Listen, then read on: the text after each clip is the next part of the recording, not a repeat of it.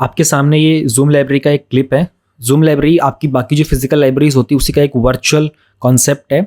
यहाँ पर आप यूपीएससी, स्टेट पीसीएस या फिर किसी दूसरे कॉम्पिटिटिव एग्जाम्स के लिए जो बाकी लोग प्रिपरेशन कर रहे हैं उनके साथ एक नॉन डिस्टर्बिंग एनवायरनमेंट में अपनी पढ़ाई कवर कर सकते हो।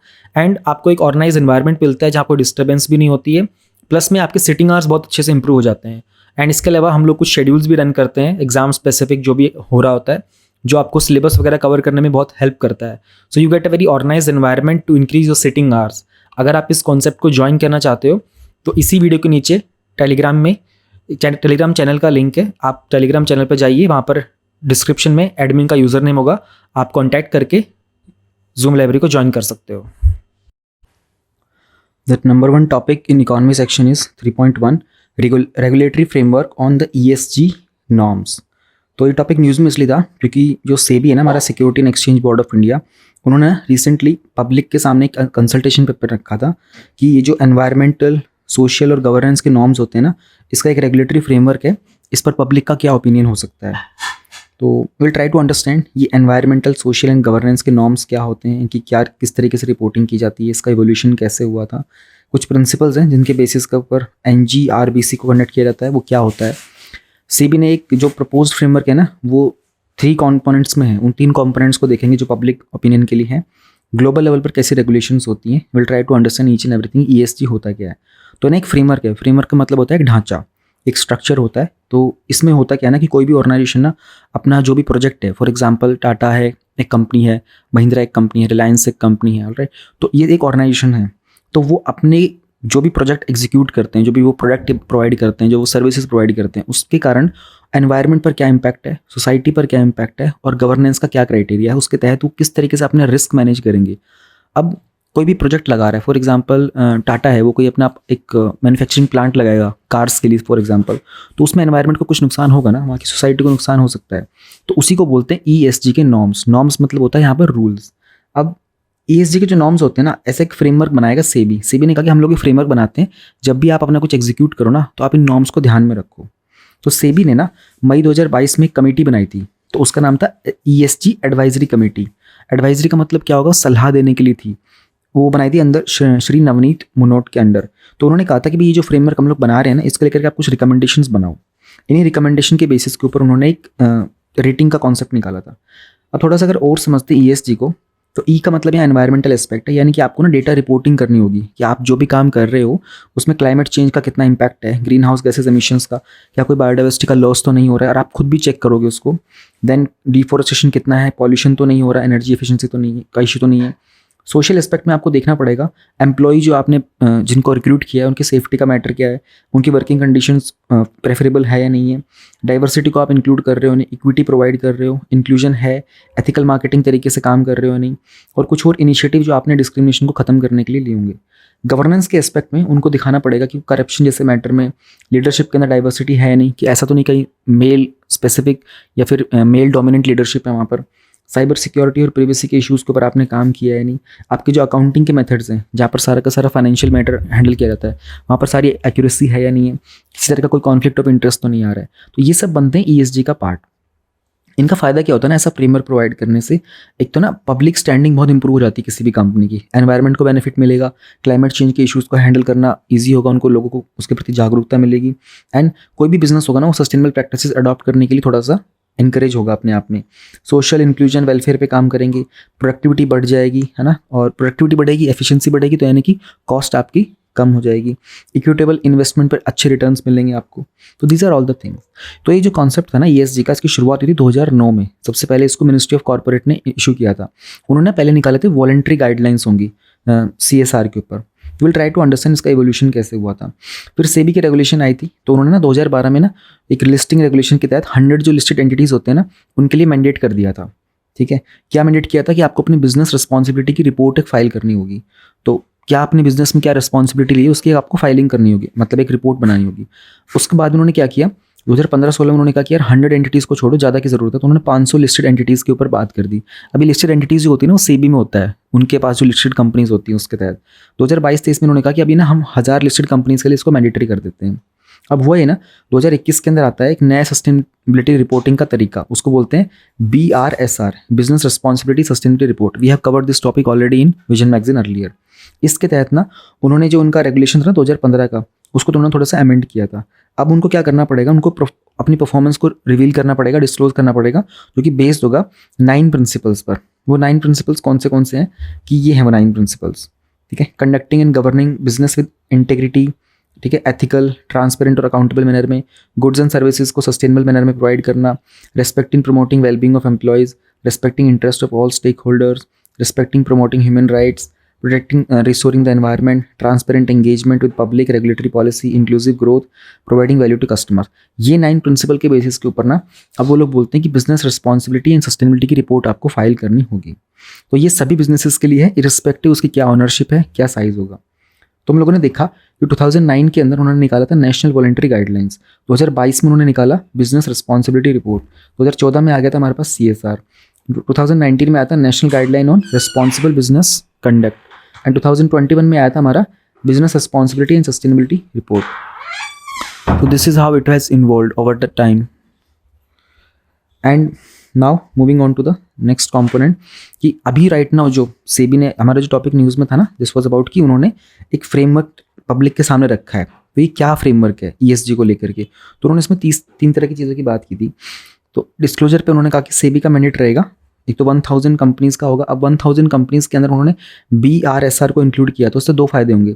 एक तो आपकी क्रेडिबिलिटी इंप्रूव हो जाएगी, ठीक है ना, और इसका जो कॉन्सेप्ट था ना, उसमें इनके जो BRSR के जो की परफॉर्मेंस इंडिकेटर्स होते हैं, ग्रीन हाउस गैस एमिशंस का, वाटर वगैरह का, इन सबको अगर आप ध्यान में रखोगे ना, तो आपकी जो कॉस्ट ऑफ कंप्लायंस होगी ना, वो भी इवेंचुअली रिड्यूस हो जाएगी। फिर इन्होंने रेटिंग्स के ऊपर बात की थी कि इसके पैरामीटर की ना रेटिंग दी जाएगी, उसके लिए उन्होंने 15 पैरामीटर्स ध्यान में रखे थे। अब 15 पैरामीटर क्या है, एक तो पैट स्कीम है, perform, achieve and then trade, एक जीरो लिक्विड डिस्चार्ज है, एक EPR वगैरह है।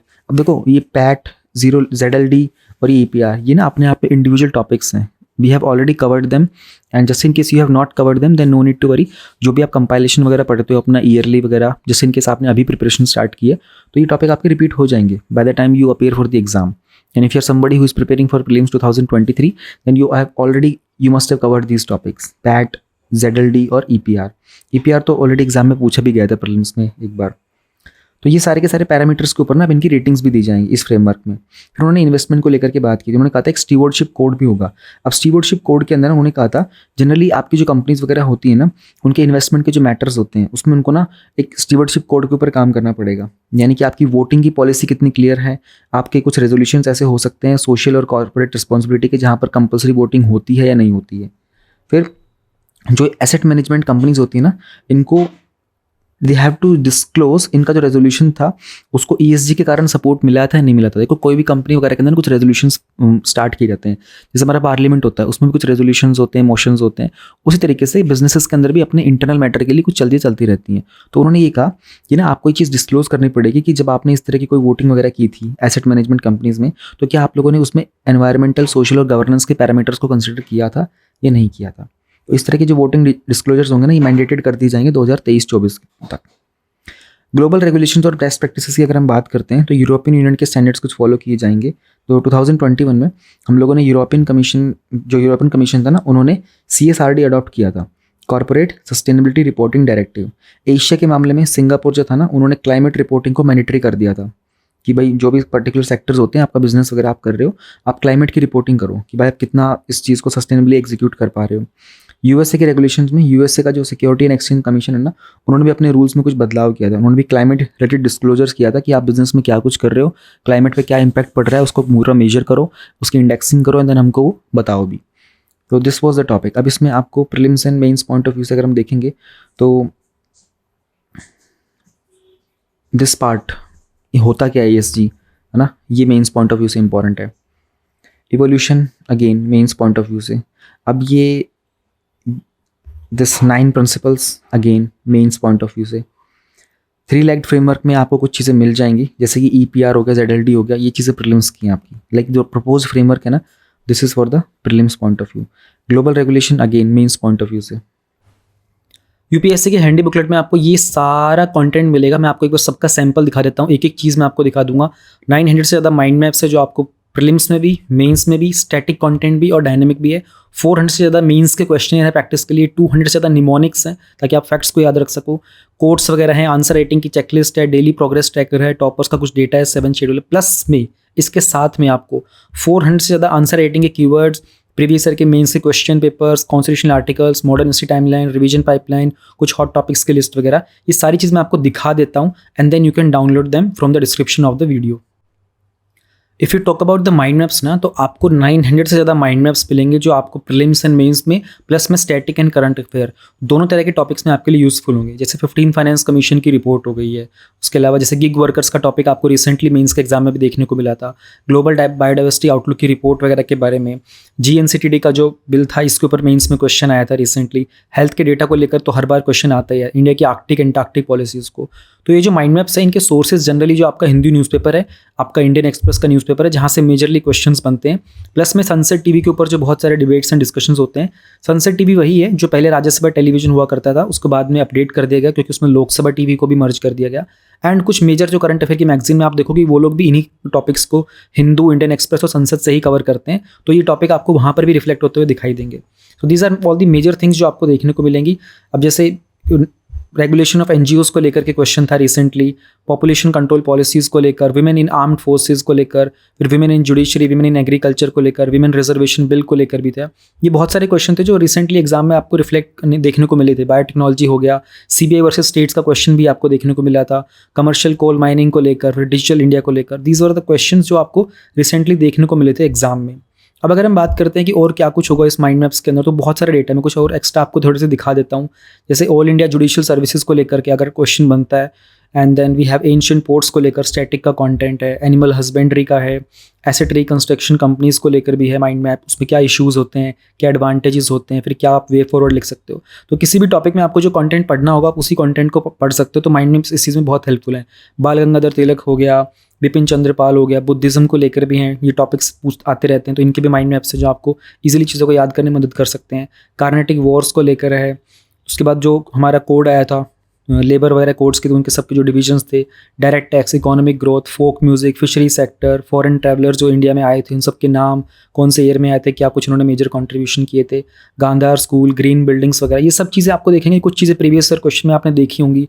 अगर हम इंटरनेशनल रिलेशंस की बात करते हैं, देन इंडिया अफगानिस्तान के रिलेशनशिप को देख लो आप, इंडिया भूटान देख लो, and then India Bangladesh, India China, India Maldives, India Myanmar, ऐसे बहुत सारे हैं, 900 प्लस है। महात्मा गांधी, लाला लाजपत राय, जैनिज़्म को लेकर, मैरिज को लेकर, और रिसेंटली नेशनल पार्क्स में क्या होता है, वाइल्ड लाइफ सेंचुरीज में क्या कुछ होता है, प्रोटेक्टेड एग्रीकल्चर जोन्स क्या होते हैं, मनरेगा के अंदर क्या कुछ रिफॉर्म्स लाए गए, उसमें मनरेगा का भी पार्ट है, सीड इंडस्ट्री, सी लेवल राइज होना, स्कूल्स ऑफ फिलॉसफी जो हम लोग पढ़ते हैं हिस्ट्री में, skill development, soil health scheme को लेकर के, प्रधानमंत्री फसल बीमा योजना हो गया। इतने सारे टॉपिक्स हैं कि जो सब कुछ आपका सिलेबस पॉइंट ऑफ व्यू से, कि कोई भी ऐसी चीज़ ना हो, WTO को लेकर के और उसकी क्या कुछ डेवलपमेंट्स होती रहती हैं, हर बार WTO से एक ना एक क्वेश्चन आता ही आता है प्रीलिम्स में। Self employment, state finances, rules of origin का था, FDI पॉलिसी, राष्ट्रीय कृषि योजना, PM किसान सम्मान निधि वगैरह। So all the content which is directly related to UPSC syllabus जो प्रीलिम्स और मेंस में मिलेगा, स्टैटिक भी है, and then dynamic content is also there. तो यू नो कि आपको टॉपिक में से कौन सी चीज़ पढ़नी, कौन सी इग्नोर करनी, वो वाला पार्ट माइंड मैप से बहुत ईजी हो जाता है। लाइक गगनयान के व्हीकल के बारे में जानना हो, रशियन कनेक्शन क्या है, सिग्निफिकेंस क्या है, तो माइंड मैप से वो चीज़ों को पढ़ना आसान हो जाता है। फिशरी सेक्टर में उसमें इश्यूज़ क्या चल रहे हैं, वेरियस इंटरवेंशन क्या है, रिसेंटली ड्राफ्ट क्या आया था, इस तरीके से ये जो माइंड मैप्स हैं आपके लिए बहुत हेल्पफुल होते हैं, चीज़ों को आसान कर देते हैं। अब मैं आपको निमोनिक्स दिखाता हूँ। तो निमोनिक्स आपको फैक्चुअल चीज़ें याद करने में बहुत ज़्यादा हेल्प करेंगे, जैसे fundamental duties, rights, keyword, directive principle, schedules of constitution, polity के तो बहुत ज़्यादा हैं, 8 शेड्यूल, क्विक नोट्स, आर्टिकल्स वगैरह को लेकर, इंडियन स्टेट्स का फॉर्मेशन कैसे हुआ, सोर्सेज क्या थे इंडियन कॉन्स्टिट्यूशन के, रिवर्स और डैम प्रोजेक्ट्स कौन से डिफरेंट स्टेट में, different national parks and wild life sanctuaries है किस स्टेट में, थर्मल पावर प्लांट्स कौन से स्टेट्स में, इनको आपको दिखा देता हूँ और भी आगे जाके। फिर बहुत सारे रैंडम भी है, प्रिंसिपल्स क्या होते हैं जैनिज्म के, दिल्ली सल्तनत, first 5 year plans, different countries कौन सी कैस्पियन सी के पास, 7 hills of Rome, 7 fields of rainbow revolution, Malacca strait, Adriatic sea की कंट्रीज़ वगैरह को लेकर। तो there are more than 200 mnemonics जो आपको बहुत सारा फैक्चुअल डेटा याद करने में मदद कर सकते हैं, जिन्हें आप अपनी चीज़ों को, अब देखो ऐसा है कि सबकी अपनी अपनी डिमांड होती है, किसी को फंडामेंटल ड्यूटीज़ वैसे ही याद हो जाती हैं, then they don't need to go through them, but किसी को वाइल्ड लाइफ सेंचुरीज याद करने में बहुत प्रॉब्लम होती है, वो इन डेटा को यूज़ कर सकता है एंड अपनी नीड्स के हिसाब से इट्स नॉट नेसेसरी आपको सब चीज़ें याद करनी, जैसे शेड्यूल्स याद करने हैं टीयर्स ऑफ ओल्ड पीएम के, तो ये इजीली अवेलेबल हो जाएंगे।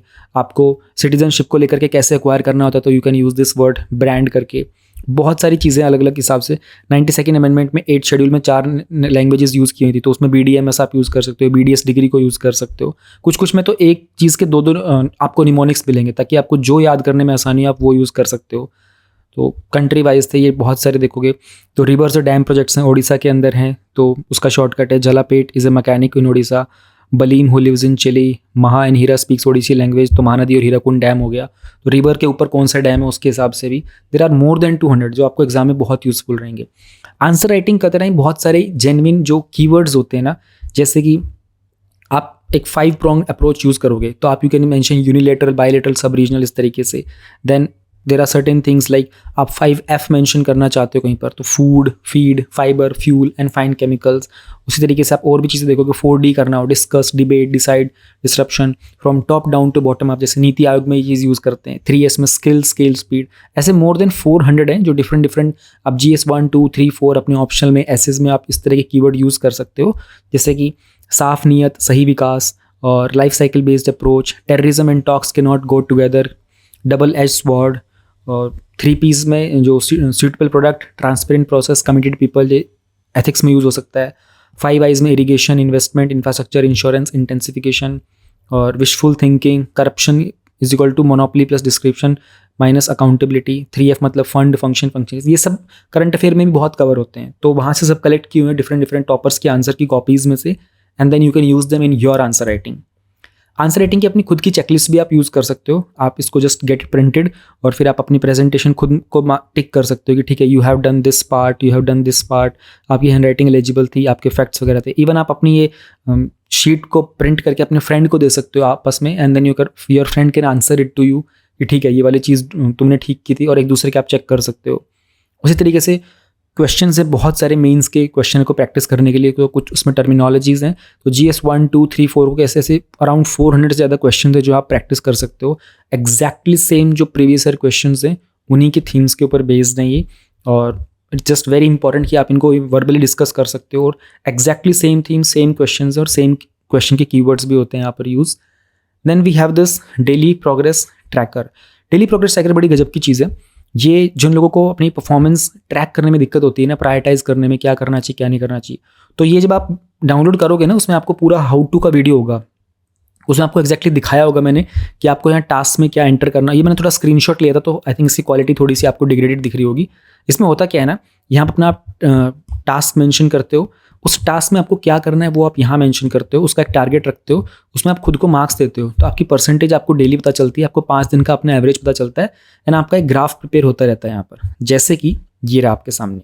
अब आपने पॉलिटी का कोई काम करना था, आपको चैप्टर 5 करना है 2 घंटे में, टोटल आपको 10 मार्क्स थे, आपने खुद को पूरा कर लिया तो 10 मार्क्स दे दिए। तो आपकी फर्स्ट डे का आपने सारे काम कैसे कैसे किए, कोई काम आपने कम किया तो आपने खुद को 7.5 दिए, कोई काम आपने किया ही नहीं तो आपने 0 छोड़ दिया, तो अकॉर्डिंगली आपकी डेली परसेंटेज आपको पता चलती रहेगी।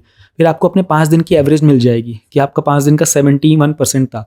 इस तरीके से अगर आप डेली का देखोगे, 5 दिन का आपका 85% से अगर ऊपर जाएगा ना, तो आपकी प्रिपरेशन सही चल रही है। तो ऐसा ही आपको ग्राफ मिलता रहेगा। अच्छा ठीक है, डे 1 मेरा ठीक था, डे 2 में नीचे आ गया, देन डे 4 में थोड़ा मैंने इंप्रूव किया, डे 5 में मैंने बहुत इंप्रूव किया। ये ट्रैक करने में बहुत हेल्प करता है।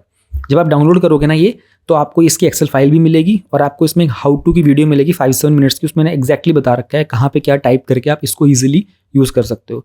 सेम से पैटर्न के ऊपर अपना एक रिपीटेशन का पाइपलाइन भी होता है। आप उसमें चीज़ें सोने से पहले आपको क्या करना है, सोते हैं से बाद में आपको क्या रिपीट करना है, ताकि आप भूलो ना। देयर आर मैनी थिंग्स जो आपको एक दिन करनी होती है, दूसरे दिन करनी होती है, सुबह शाम। तो ये भी मैंने एक्जैक्टली हाउ टू वीडियो दिखा रखी है। यहाँ पे बहुत ज़्यादा एक्सप्लेन करूँगा तो टाइम लग जाएगा। यहाँ पे एक सैम्पल सा दिखा रखा है कि ऐसा कुछ आपको मिलेगा, फिर हाउ टू वीडियो से आप इसको एडिट करके अपना टॉपिक सेटअप कर सकते हो। कॉन्स्टिट्यूशनल आर्टिकल्स हैं, बहुत जगह यूज़ करने होते हैं। GS 2 में तो पूरा का पूरा ही यूज़ करना होता है आपको, तो इनको याद करने के लिए आसान से एक फ्री में एक PDF है साथ में, आप बहुत इजीली इसमें सर्च कर सकते हो, and you can simply use them. Same तरीके से मॉडर्न हिस्ट्री की टाइमलाइन भी 1800 से नाना फडणवीस की डेथ से लेकर के, ये चीज़ें बहुत हेल्पफुल रहती हैं इवन प्रीलिम्स में, मेंस में याद करने के लिए, फैक्चुअल डेटा मेंशन करने के लिए। प्रीवियस ईयर के मेंस के अगर आप क्वेश्चन देखोगे तो दोनों तरीके से हैं। ये टाइप वाइज हैं, लाइक पहले हिस्ट्री में आर्ट एंड कल्चर के, एंशिएंट के अलग से, और सेम ही आपको आगे मिल जाएंगे। ये 1999 से हैं, तो ये पूरा का पूरा पेपर वाइज है, तो दोनों टाइप के आपको मिल जाएंगे। फिर वो आपकी चॉइस है, आप कैसे यूज़ करना चाहते हो। देन वी हैव कोट्स वगैरह। अब जो कोट्स है ना, उनमें दो चीज़ देखेंगे, एक तो टाइप वाइज हैं, लाइक एजुकेशन के सारे कोट्स हैं, ठीक है, और फिर है ऑथर वाइज, बेसिकली जो लीडर्स वगैरह थे उनके नाम के, लाइक गांधी जी के सारी कोट्स यहाँ पर हैं, अंबेडकर जी की हैं, एरिस्टोटल वगैरह की हैं। इसमें मैंने डिफरेंट क्या किया है, I have tried to put in bring in the smallest quotes. जैसे कि अगर आप ऑफ्रा विनफ्री की देखोगे तो turn your wounds into wisdom, ये बहुत जगह आप यूज़ कर सकते हो, इवन GS 1 2 3 4 ऐसे में ऑप्शन में कहीं यूज़ कर सकते हो। मैंने कोशिश ये की कि सबसे छोटी वाली जो कोट्स हो सकती है ना मैक्सिमम पॉसिबल, उनको पुटअप करने की, क्योंकि उनको याद करना ईजी होता है। लंबे लंबे कोट्स को ना याद करने में बहुत दिक्कत होती है। देन टॉपर्स का कुछ डेटा है जो आपको बहुत अच्छे से आप इनको ट्रैक कर सकते हो कि यार किस टॉपर के कितने मार्क्स वगैरह कहाँ कहाँ आ रहे थे, तो आपको एग्जैक्टली परफॉर्म कहाँ करना है। तो 2014 से 2021 तक के टॉपर्स का कुछ डेटा है, यू कैन चेक देम कि यार किस टॉपर की परफॉर्मेंस कितनी ऊपर थी, तो किस सब्जेक्ट में मुझे कौन से टॉपर का कौन से नोट्स पढ़ने चाहिए, वो सब आपको मिल जाते हैं। बट आपको थोड़ा डेटा चाहिए होता है। एंड अलॉन्ग विद दिस आपको ये भी पता होना चाहिए कि कौन से ईयर में कितने लोगों ने कितना परफॉर्म किया, कितने सिलेक्शन रेट चल रहा है, उसके अलावा कौन सा एजुकेशन बैकग्राउंड के लोग हैं जिनके सिलेक्शन ज़्यादा हो रहे होते हैं, किस तरह के एग्जाम में कितना एंट्रेंस आ रहा होता है, कौन से ऑप्शनल में सक्सेस रेट कितना चल रहा है। तो ये सब डेटा यहाँ पर है, आप इनको यूज़ कर सकते हो अपनी प्रिपरेशन में, अपनी चीज़ों को प्लान करने के लिए। तो ये आपको एडवांटेज मिलता है। और भी ऐसी 4-5 और फाइल्स हैं, अभी सैम्पल है थोड़ा, तो मैंने कम चीज़ें आपको दिखाई हैं, और भी बहुत कुछ आपको साथ में मिलता है। अब बात करते हैं कंटेंट को डाउनलोड करने की, कुछ डिस्काउंट की, कुछ अपडेट्स की और कुछ वैलिडिटी की। तो जो आप वीडियो देख रहे हो, इसी वीडियो के डिस्क्रिप्शन में डाउनलोड का लिंक है, जब आप उस पर क्लिक करोगे तो सामने जो पेज है ये खुल जाएगा। अब इसमें डिफरेंट चीज़ें हैं। सबसे पहले जो रेड में है ये तो ओवरऑल है, यानी कि जो भी मैंने आपको कंटेंट दिखाया था प्लस में जो एडिशनल फ्री कंटेंट था वो भी आपको साथ मिलेगा। तो ये रेड वाले में ये पूरा का पूरा पैकेज एक साथ है। बट किसी को अगर पूरा पैकेज ना लेना हो, किसी को कुछ सेपरेट चीज़ें लेनी हो, जैसे सिर्फ निमोनिक्स या सिर्फ माइंड मैप या फिर सिर्फ प्रीवियस ईयर पेपर्स टाइप करके, तो वो अलग अलग जो लिंक्स हैं यहाँ से उनको डाउनलोड कर सकते हैं। जो अपडेट्स हैं वो सिर्फ all in one UPSC hand booklet पर ही मिलेंगे, और अपडेट्स की वैलिडिटी 3 मंथ्स की होती है। यानी कि अगर आप आज परचेज करते हो तो आज की डेट से अगले 3 मंथ्स तक अगर कोई अपडेट जनरेट होता है, वैसे जो कंटेंट है वो मोस्टली आपको अपडेटेड ही मिलेगा, बट जस्ट इन केस अगर कोई अपडेट जनरेट होता है, if the creator has, basically this is the description of the creator, तो वो आपको आपके ईमेल पर ही मिल जाएगा। जब आप ये PDF डाउनलोड करोगे ना, तो ये आपको आपके ईमेल पर ही डिलीवर होगा सारा कंटेंट। और आप चाहो तो ये जो कोड है UPSC 50 का, ये यूज़ कर सकते हो। ये सिर्फ आपको UPSC हैंडी बुकलेट पर अवेलेबल होगा, तो आपका जो प्राइस है वो ऑलमोस्ट 50% तक रिड्यूस हो जाएगा। अगर आप चाहो तो दूसरी चीज़ें भी डाउनलोड कर सकते हो। जब आप परचेज कर लोगे तो आपको अपने ईमेल पर जाना है, वहाँ आपको सर्च करना है इंस्टामोजो सर्च करते ही आपको 2 ईमेल्स मिलेंगे। एक पे आपका PDF का बिल होगा और दूसरे में आपकी ये जो इंडेक्स PDF होगी जिसमें आपका ये कॉन्टेंट होगा। तो अगर जस्ट इन केस आपको वो सर्च करने में इशू हो रहा हो तो अपने ईमेल में आप इजीली सर्च करना इंस्टामोजो या फिर UPSC हैंड बुकलेट, या फिर इस वीडियो के डिस्क्रिप्शन में टेलीग्राम चैनल का लिंक है, वहाँ से आप एडमिन को कांटेक्ट करके भी अपने इस इशू के बारे में डिस्कस कर सकते हो। जस्ट इन केस अगर आपको ईमेल ना मिल रहा हो तो कोई भी जो कम्युनिकेशन होगा अपडेट वगैरह का भी, वो भी सब ईमेल के थ्रू ही होगा। जब आप प्रोडक्ट को परचेज करते हो तो विद इन 7 डेज आप उस प्रोडक्ट को अपने डिवाइस में डाउनलोड करके सेव भी कर सकते हो, तो वो आप हमेशा के लिए आपके पास रहेगा। तो आप कर लीजिएगा, द मोमेंट आप परचेज करो उसको अपने डिवाइस में सेव कर लेना, अपना खुद का एक बैकअप क्रिएट कर लेना। सारी फाइल डाउनलोडेबल है, आप हमेशा के लिए लाइफ टाइम उन फाइल्स को अपने पास रख सकते हो। डाउनलोड का लिंक डिस्क्रिप्शन में है, क्विकली परचेज करो, अदरवाइज ये डिस्काउंट जो कूपन है ये कभी भी खत्म हो सकता है, एक्सपायर हो सकता है। टॉपिक नंबर 3.2 है हमारे पास म्यूनसिपल बॉन्ड्स। तो ये टॉपिक न्यूज़ में इसलिए था क्योंकि हमारा जो नेशनल स्टॉक एक्सचेंज है ना, उन्होंने कंट्री का पहला म्यूनसिपल बॉन्ड का इंडेक्स लॉन्च किया था। तो म्यूनसिपल बॉन्ड तो हमारे पास पहले भी हुआ करते हैं, लेकिन उसका भी एक इंडेक्स आ गया है। जब हम इंडेक्सिंग करते हैं ना, तो उसके हम लोग एक्चुअली रिपोर्टिंग करते हैं। जैसे आपके पास बहुत सारी रिपोर्ट्स आती हैं, ग्लोबल एनर्जी आउटलुक, वो क्या है, एक तरीके से वो एक इंडेक्स है, राइट। तो हम लोग जानेंगे पहले कि हमारा नेशनल स्टॉक एक्सचेंज क्या होता है। ये पहला जो इंडेक्स निकाला है निफ्टी का, इंडिया म्यूनसिपल बॉन्ड क्या होते हैं एक्चुअल में। 2 तरह के म्यूनसिपल बॉन्ड्स होते हैं। म्यूनसिपल बॉन्ड का इंडिया में मार्केट किस तरीके से चलता है ना, उसके क्या कुछ बेनिफिट्स होते हैं, म्यूनसिपल बॉन्ड एक्चुअल में काम कैसे करेगा, रिटेल इन्वेस्टर का क्या किस तरीके से एक्सेस कर सकता है म्यूनसिपल मार्केट को, क्या क्या रुकावटें हैं इसमें, तो और वे फॉरवर्ड क्या हो सकता है, पूल्ड फाइनेंसिंग का एक कॉन्सेप्ट होता है, ये क्या होता है। I try to explain each and every topic in detail. अब उन्होंने कहा कि भाई म्यूनसिपल बॉन्ड को ना पहली बार इंडेक्स लॉन्च किया गया था। इंडेक्स का मतलब हो गया उसकी सारी की सारी रिपोर्टिंग करेगा कि कंट्री में जितने भी म्यूनसिपैलिटीज़ हैं, जिसने भी बॉन्ड को इंट्रोड्यूस किया था, उनका बॉन्ड का कितना रिटर्न मिला, क्या वो प्रोजेक्ट एग्जीक्यूट हो पाया नहीं हो पाया, सब चीज़ों की रिपोर्टिंग की जाएगी।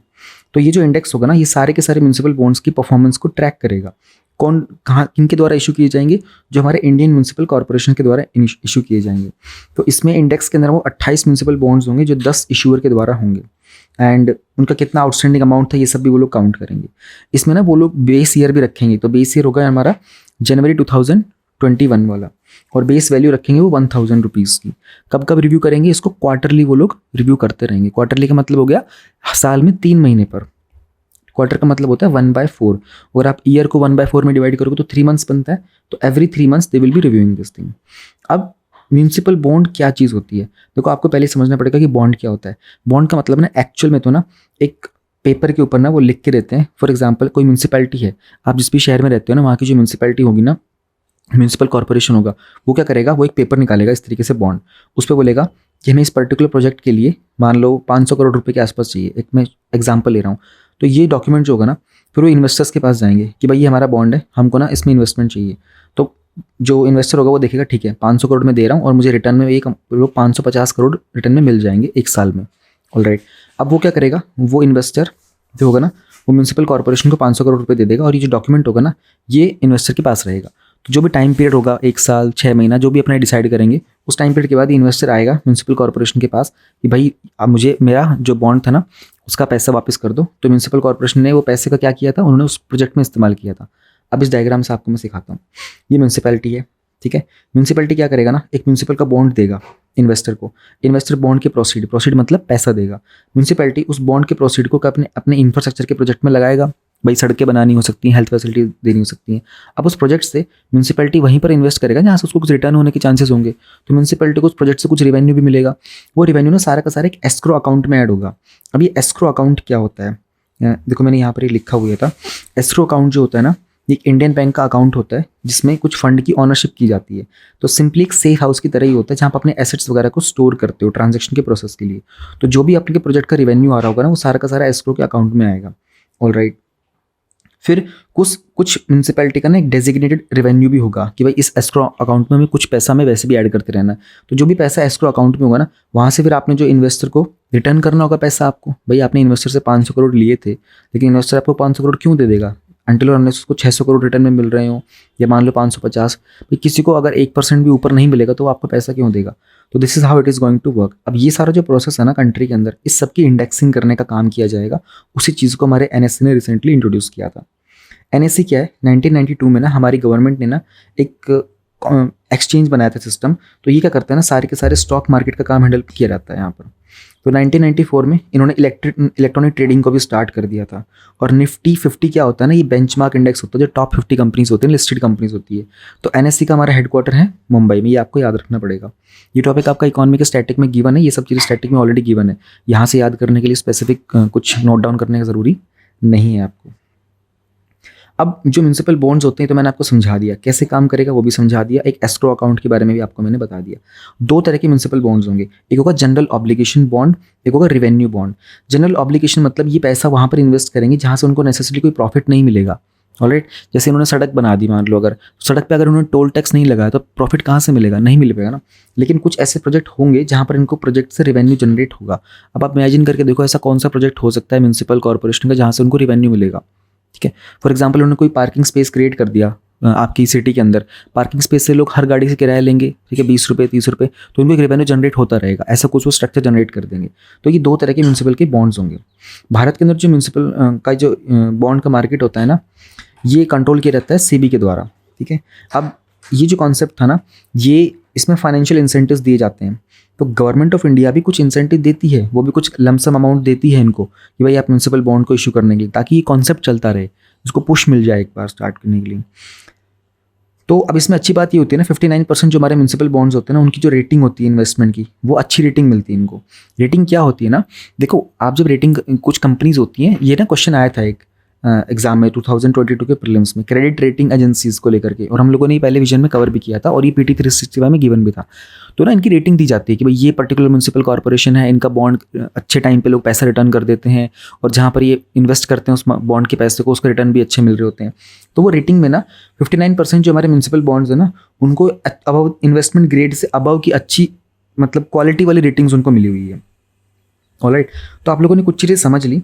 अब हम आगे चलते हैं। एक म्यूनसिपल बॉन्ड को बेनिफिट क्या मिलता है भाई, आपको पैसा रेज करने का मौका मिल जाता है ना, आप अपने नए प्रोजेक्ट को फंड कर सकते हो, आपकी गवर्नेंस ओरिएंटेड रहती है, आपकी अर्बन फाइनेंसिंग में बहुत सारे गैप होते हैं तो उसको गैप को फुलफिल करने में मदद मिल जाती है ना, आपकी म्यूनसिपल सर्विसेज को आप लोग एक्सपैंड कर सकते हो, बहुत सारी एसेंशियल म्यूनसिपल सर्विसेज होती हैं, आपके सिटी के अंदर साफ सफाई का जो काम होता है, जो गाड़ी आती है जो आपका घर का कूड़ा करकट इकट्ठा करने के लिए, वो सारा काम कौन करा रहा होता है, म्यूनसिपैलिटी होती है, सोसाइटी की साफ सफाई करना, वहाँ के पार्क्स वगैरह को मेंटेन करना, आपके घरों में पानी पहुँचाना, आपकी सोसाइटी का, आपके डिपार्टमेंट का जो सारा सीवेज वगैरह क्लीन करना, ये सब म्यूनसिपल कॉर्पोरेशन के काम होते हैं ना, तो उनको अपनी सर्विसेज प्रोवाइड करने का और बेटर वो मिल जाता है, प्रोस्पेक्ट मिल जाता है। फिर जो इंटरेस्ट रेट होते हैं ना म्यूनसिपल कॉर्पोरेशन को, वो भी कंपैरेटिवली हाई होते हैं than the government bonds of similar maturity. देखो जहाँ पर वर्ड आ जाएगा ना sovereign bonds, SOVEREIGN bonds, spelling सही है ना सॉवरेन की, पता नहीं बड़ी टफ सी स्पेलिंग है इसकी, SOVEREIGN होता है शायद, हाँ ये ना स्पेलिंग वगैरह याद करके रखना, मतलब वैसे तो कोई पूछते हैं लेकिन सॉवरेनिटी जो वर्ड होता है ना वो आता है ना उसमें, हमारे प्रियम्बल में आता है ना, तो for integrity and sovereignty of India, तो SOVEREIGN, इनकी स्पेलिंग वगैरह आप लोगों को याद होनी चाहिए। तो सॉवरेन जो वर्ड आ जाता है ना उसमें हम लोग बात करते हैं कि this is by the government, ठीक है। अब गवर्नमेंट के द्वारा कोई चीज़ होगी तो उसकी सिक्योरिटी तो अच्छी होगी, ठीक है। अब ये ध्यान में रखने की आपको, जो म्यूनसिपल बॉन्ड्स होते हैं ना, ये इनका जो रिटर्न होता है भाई, गवर्नमेंट बोलती है कि हम आपसे 100 करोड़ रुपए अगर लेंगे ना, हम मान लें आपको 10% का रिटर्न देंगे, कि जब आप वापस लोगे तो हम आपको 110 करोड़ रुपए दे देंगे। तो ये पॉइंट ही कहना चाह रहा है कि जो म्यूनसिपल कॉर्पोरेशन के जो बॉन्ड्स होंगे ना, तो हो सकता है कि 100 करोड़ की जगह आप लोगों को 115 करोड़ का रिटर्न मिल जाए। ये गवर्नमेंट के बाकी बॉन्ड से अच्छी रिटर्न देते हैं लोग। अभी ये जो रिटेल इन्वेस्टर वाला ना, इस पर मैं वापस आऊँगा, ठीक है, कुछ और बता के फिर वापस आऊँगा इस पर। लेकिन हमारे जो म्यूनसिपल बॉन्ड का मार्केट होता है ना, इसमें कुछ प्रॉब्लम्स भी होती हैं। कि प्रॉब्लम ये होती है जब भी इनको अपने ये सब इशू करने होते हैं ना, बोरो वगैरह करना होता है, तो इनको ना अपनी स्टेट गवर्नमेंट से परमिशन लेनी पड़ेगी।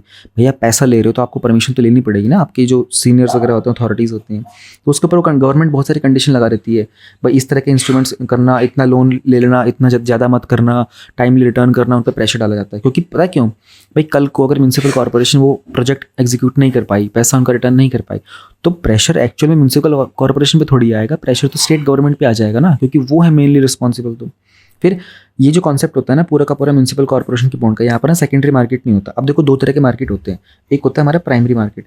प्राइमरी मार्केट वहाँ होता है जहाँ पर ये सारी चीज़ें सिक्योरिटीज़ वगैरह क्रिएट की जाती हैं, इनकी शुरुआत होती है, इनका बर्थ होता है, उसको हम लोग बोलते हैं प्राइमरी मार्केट। एक होता है हमारा सेकेंडरी मार्केट। सेकेंडरी मार्केट में ना इस तरह के सारे बॉन्ड्स की ट्रेडिंग होती है। फॉर एग्जाम्पल कि भाई ये अपना म्यूनसिपल कॉर्पोरेशन जो था ना, जो अपना म्यूनसिपल कॉर्पोरेशन था, इसने ये बॉन्ड वगैरह परचेज किया, फिर इसने एक कंपनी को, कोई कंपनी ए थी उसको दिया, कंपनी ए ने बोला कि यार मैं इसको बेच रहा हूँ, कंपनी ए ने बी को दे दिया, बी ने सी को दे दिया, ठीक है, और सी ने फिर उसके बाद इसको वापस ले लिया उससे म्यूनसिपल कॉर्पोरेशन। तो ये सब जो ट्रेडिंग चल रही है ना इस बॉन्ड वगैरह की, शेयर वगैरह खरीदना बेचना, ये सब सेकेंडरी मार्केट में हो रहा होता है। प्राइमरी मार्केट में सिर्फ इसका ऑरिजिन होता है। तो म्यूनसिपल कॉर्पोरेशन के कॉन्सेप्ट में ना ये बॉन्ड्स में ये प्रॉब्लम होती है कि ये लोग ना सेकेंडरी मार्केट नहीं है यहाँ पर, तो इनकी फर्दर ट्रेडिंग नहीं कर सकते। फिर एक और प्रॉब्लम होती है, जो सारे के सारे म्यूनसिपल बॉन्ड्स होते हैं ना, ये रिटेल इन्वेस्टर्स के लिए अवेलेबल नहीं होते। अभी रिटेल इन्वेस्टर क्या होता है? रिटेल इन्वेस्टर का मतलब होता है, इनको हम लोग कभी कभी इंडिविजुअल इन्वेस्टर भी बोलते हैं, ठीक है। तो ये कोई भी नॉन प्रोफेशनल इन्वेस्टर हो सकता है जो इस तरह के स्टॉक्स, बॉन्ड या सिक्योरिटीज़ को मार्केट से परचेज करता होगा। तो आप, you as a student can also भी declared as a retail investor. अब देखो मैंने टॉपिक कहा था ना, बाद में पढ़ेंगे। Retail investor gain access to India's municipal bond market. 14 फरवरी को ना इंदौर का जो म्यूनसिपल कॉर्पोरेशन था ना, वो पहली ऐसी लोकल गवर्नमेंट बन गई थी जिन्होंने रिटेल इन्वेस्टर से पैसा उठाया था। यहाँ वो कह रहा है कि सारे म्यूनसिपल बॉन्ड्स अवेलेबल नहीं हो पाते इंडिविजुअल इन्वेस्टर के लिए। तो जनरली किसके लिए अवेलेबल होते हैं? कोई कंपनी उठाएगी पैसा तो ठीक है यार, कंपनी के पास होता है। कोई इंडिविजुअल पर्सन उठा रहा है तो कितना ही उठा लेगा आपसे पैसा। फिर कोई टैक्स बेनिफिट नहीं मिलता इनको, है ना। दूसरी कंट्रीज़ के अंदर ना इनको स्पेशल टैक्स बेनिफिट मिलते हैं। तो इंडिया के अंदर जो हमारे इनकम टैक्स के जो स्लैब रेट्स होते हैं ना, उनके हिसाब से इनको टैक्स किया जाता है। फिर अगर आप इसका ट्रांसफर करते हो म्यूनसिपल बॉन्ड का, तो उसमें भी आपको टैक्स मिलता है, कैपिटल टैक्स देना पड़ेगा कैपिटल गेंस के ऊपर। टैक्स जो उनका डिडक्ट किया जाता है ना, वो इसके सोर्स पर ही रिड्यूस कर लेते हैं। तो ये सारे के सारे प्रॉब्लम्स हैं।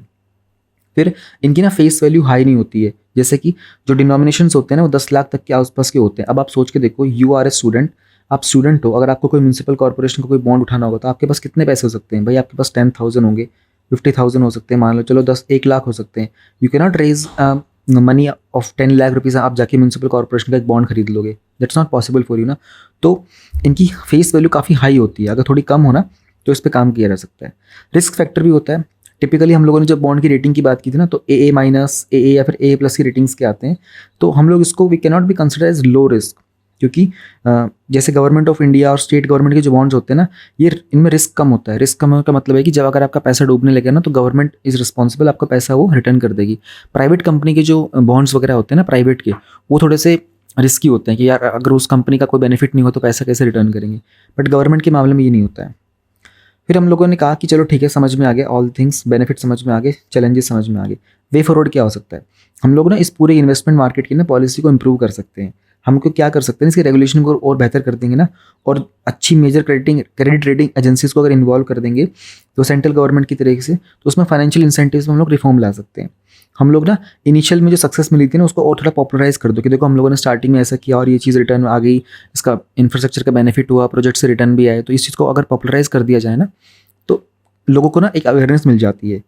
फिर सेकेंडरी मार्केट की हम लोगों ने कहा कि प्रॉब्लम है, इट्स मिसिंग है, तो we can develop the secondary market. फिर हम लोगों ने कहा कि रिटेल इन्वेस्टर्स कम हैं, तो what we can do is ना, ये 10 लाख रुपीज़ के आसपास की हाई फेस वैल्यू को रिड्यूस करके कम ले आते हैं, 50,000 पे, 1 लाख पे। तो इंडिविजुअल जो इन्वेस्टर्स हो सकते हैं ना, वो भी इसमें इंटरेस्ट शो दिखाएंगे। फिर हमने कहा कि दूसरे कुछ कॉन्सेप्ट होते हैं पूल फाइनेंसिंग की, उसको भी तो हम लोग स्टार्ट कर सकते हैं ना, वो भी तो एक तरीका हो सकता है। अब ये क्या होता है ना, कुछ ना ऐसी अर्बन लोकल बॉडीज़ होती है जो बहुत छोटी छोटी होती हैं, यानी कि इन लोगों के पास ना, इनको पैसा इकट्ठा करना है। मान लो ए को पैसा इकट्ठा करना था 50 करोड़ का, ठीक है, सी को करना था 10 लाख रुपए का ही सिर्फ, बी को करना था मान लो 50 लाख रुपए का, ठीक है, और एक और लगा लो, डी लगा लो, मान लो उसको करना था तकरीबन 4 करोड़ 50 लाख रुपए तक का ऐसा। अब ये दिक्कत आ जाती है कि ना भाई इसकी छोटा सा अमाउंट है, इसका छोटा सा अमाउंट है, तो व्हाट दे कैन डू, उन्होंने कहा कि पूल्ड फाइनेंसिंग कर लो। आप सब मिलकर के ना एक साथ अपने पैसे की डिमांड उठा लो, ठीक है, अपने सारे के सारे प्रोजेक्ट्स को भी आप लोग कंपाइल कर लो, तो आपका जो सारा का सारा जो पूल्ड फंड होगा ना, वो आपके इसको अकाउंट में आएगा। तो पूलिंग का मतलब होगा सबके सब मिलके, जैसे क्या करते हैं ना, अगर ये ना पूल वो भी होता है, पूल ड्राइविंग का भी एक कॉन्सेप्ट होता है कि अगर आप लोग शहर में कोई बड़ा इवेंट हो रहा है और आसपास के एक सोसाइटी के बहुत सारे लोग जा रहे हैं, तो उनको बोलते हैं आप एक एक बंदा अपनी इंडिविजुअल कार मत लेके जाओ, ठीक है, एक काम करो, आपस में बात कर लो और आप सब मिलकर एक कार ले जाओ। तो कुछ लोग जो अपने ऑफिस में जाते हैं, वो इस आसपास के एरिया से जाते हैं, वो लोग कार पुलिंग करते हैं। चल ठीक है यार, एक पर्सन ए है, इसको इस वाले पर्टिकुलर चौक से उठाएंगे, इसको उस वाले मोहल्ले से उठाना है, इसको पर्टिकुलर सोसाइटी से उठाना है, तो तीनों एक बंदा ड्राइव करके ले जाएगा, तीनों को पिक करता हुआ चला जाएगा सीधा ऑफिस में। तो कार पुलिंग है कि छोटे छोटे जो पॉइंट्स होते हैं उनको सबको ऐड करके हम लोग एक साथ इकट्ठा कर देते हैं। तो ये जो मैकेनिज्म है ना, इंडिया में आंध्र प्रदेश, महाराष्ट्र, कर्नाटक में चलता है। तो सेंट्रल गवर्नमेंट ने ना इसके लिए थोड़ा सा कुछ क्रेडिट वगैरह भी दिया था। 2006 में एक स्कीम निकाली थी, पूल्ड फाइनेंस डेवलपमेंट का एक फंड क्रिएट किया था, ताकि जो अर्बन लोकल बॉडीज़ होती है ना, अगर इन लोगों को फंडिंग वगैरह की रिक्वायरमेंट हो पूल्ड तरीके से, तो वो आपस में कुछ ग्रुप्स बनाएं और उनको इस तरीके से फंड मिल सकता है। तो ये सारा का सारा कॉन्सेप्ट होता है हमारा बॉन्ड वाला, जो मैंने आपको समझा दिया। अब इसमें आपको prelims and mains point of view से क्या कुछ हो सकता है, मैं हल्का सा वो भी बता देता हूँ। जैसे नेशनल स्टॉक एक्सचेंज वाला पार्ट है, ये आपके स्टैटिक में ऑलरेडी गिवन है, जिस भी आप किसी भी बुक से पढ़ रहे हो, ये ऑलरेडी गिवन है, बट ये प्रीलिम्स पॉइंट ऑफ व्यू से ज़्यादा इंपॉर्टेंट है, ठीक है। अब ये जो हमारा आया, पहली बार कोई इंडेक्स लॉन्च किया गया है ना, तो ये चीज़ न्यूज़ में आ सकती है, ठीक है। अब ये एग्जाम में पूछा जाएगा, एग्जाम में ना जनरली आपसे क्या पूछेंगे, क्या होता है म्युनिसिपल बॉन्ड, कितने टाइप का होता है, ठीक है, और ये वाली चीज़ पूछेंगे वो उस पर, जैसे कि क्या इसके ऊपर टैक्स स्लैब लगेगा, क्या उसके ऊपर कैपिटल गेन टैक्स लगता है, नहीं लगता, ठीक है, क्या ये रिटेल इन्वेस्टर्स के लिए ओपन होता है, नहीं होता। तो आप लोगों ने देखा, हाँ रिटेल इन्वेस्टर्स के लिए ओपन होता है, ठीक है। इनकी रेटिंग वगैरह हाई होती है, लो होती है, तो क्या इनको गवर्नमेंट की गारंटी दी जाती है, नहीं, इनको कोई गवर्नमेंट की गारंटी नहीं होती है, ठीक है। क्या ये गवर्नमेंट सिक्योरिटी से ज़्यादा रिस्कियर होते हैं, हाँ ज़्यादा रिस्कियर होते हैं। इस तरह के क्वेश्चन बनेंगे आपके प्रीलिम्स में। यहाँ से there is a very very rare chance कि यहाँ से कोई मीन्स का क्वेश्चन बनेगा, बट आपको समझ में आ गया ना कॉन्सेप्ट। पूल्ड फाइनेंसिंग मैकेनिज्म का वो पूछ सकते हैं कि क्या इंडिया के अंदर ये कॉन्सेप्ट फॉलो किया रहता है, हाँ किया रहता है, ठीक है। This is how you have to understand this topic. Topic number 3.3 हमारा सोशल स्टॉक एक्सचेंज का। ये टॉपिक न्यूज़ में क्यों था, क्योंकि हमारा जो एनएससी है, अब एनएससी हम लोगों ने प्रीवियस टॉपिक में पढ़ लिया, सेबी के बारे में हम लोगों ने जान लिया था, तो एनएससी ने ना सेबी को अप्रूवल दे दिया था कि आप सोशल स्टॉक एक्सचेंज को लॉन्च कर दो। तो ये ना फाइनल अप्रूवल दिया गया था। विल ट्राई टू अंडरस्टैंड ये सोशल स्टॉक एक्सचेंज क्या होता है। नेशनल स्टॉक एक्सचेंज तो समझ में आ गया, स्टॉक मार्केट का काम करेगा, बट व्हाट अबाउट दिस, क्या इसके ऑब्जेक्टिव्स होते हैं एंड एलिजिबिलिटी क्या है ना, कौन से सोशल एंटरप्राइज हैं जो अलाउड होंगे सोशल स्टॉक एक्सचेंज पर, कौन से एंटरप्राइज ऑर्गेनाइजेशन एलिजिबल नहीं होंगे इस पर, ठीक है, क्या पैरामीटर्स होगा, इंपॉर्टेंस क्या होती है सोशल स्टॉक एक्सचेंज की, क्या कुछ कंसर्न्स होंगे and what can be the road ahead. तो देखो एक चीज़ समझने की कोशिश करो, ये जो नेशनल स्टॉक एक्सचेंज होता है, इसके ऊपर कोई भी कंपनी अगर लिस्टिंग करती है तो वो क्यों करती है, भाई सबको अपना प्रॉफिट बढ़ाना है, सबको शेयर मार्केट में काम करना होगा। तो उसी तरीके से ना एक होता है सोशल स्टॉक एक्सचेंज, तो ये भी हमारे जो ऑलरेडी एग्जिस्टिंग स्टॉक एक्सचेंज है ना, उनसे एक अलग होता है।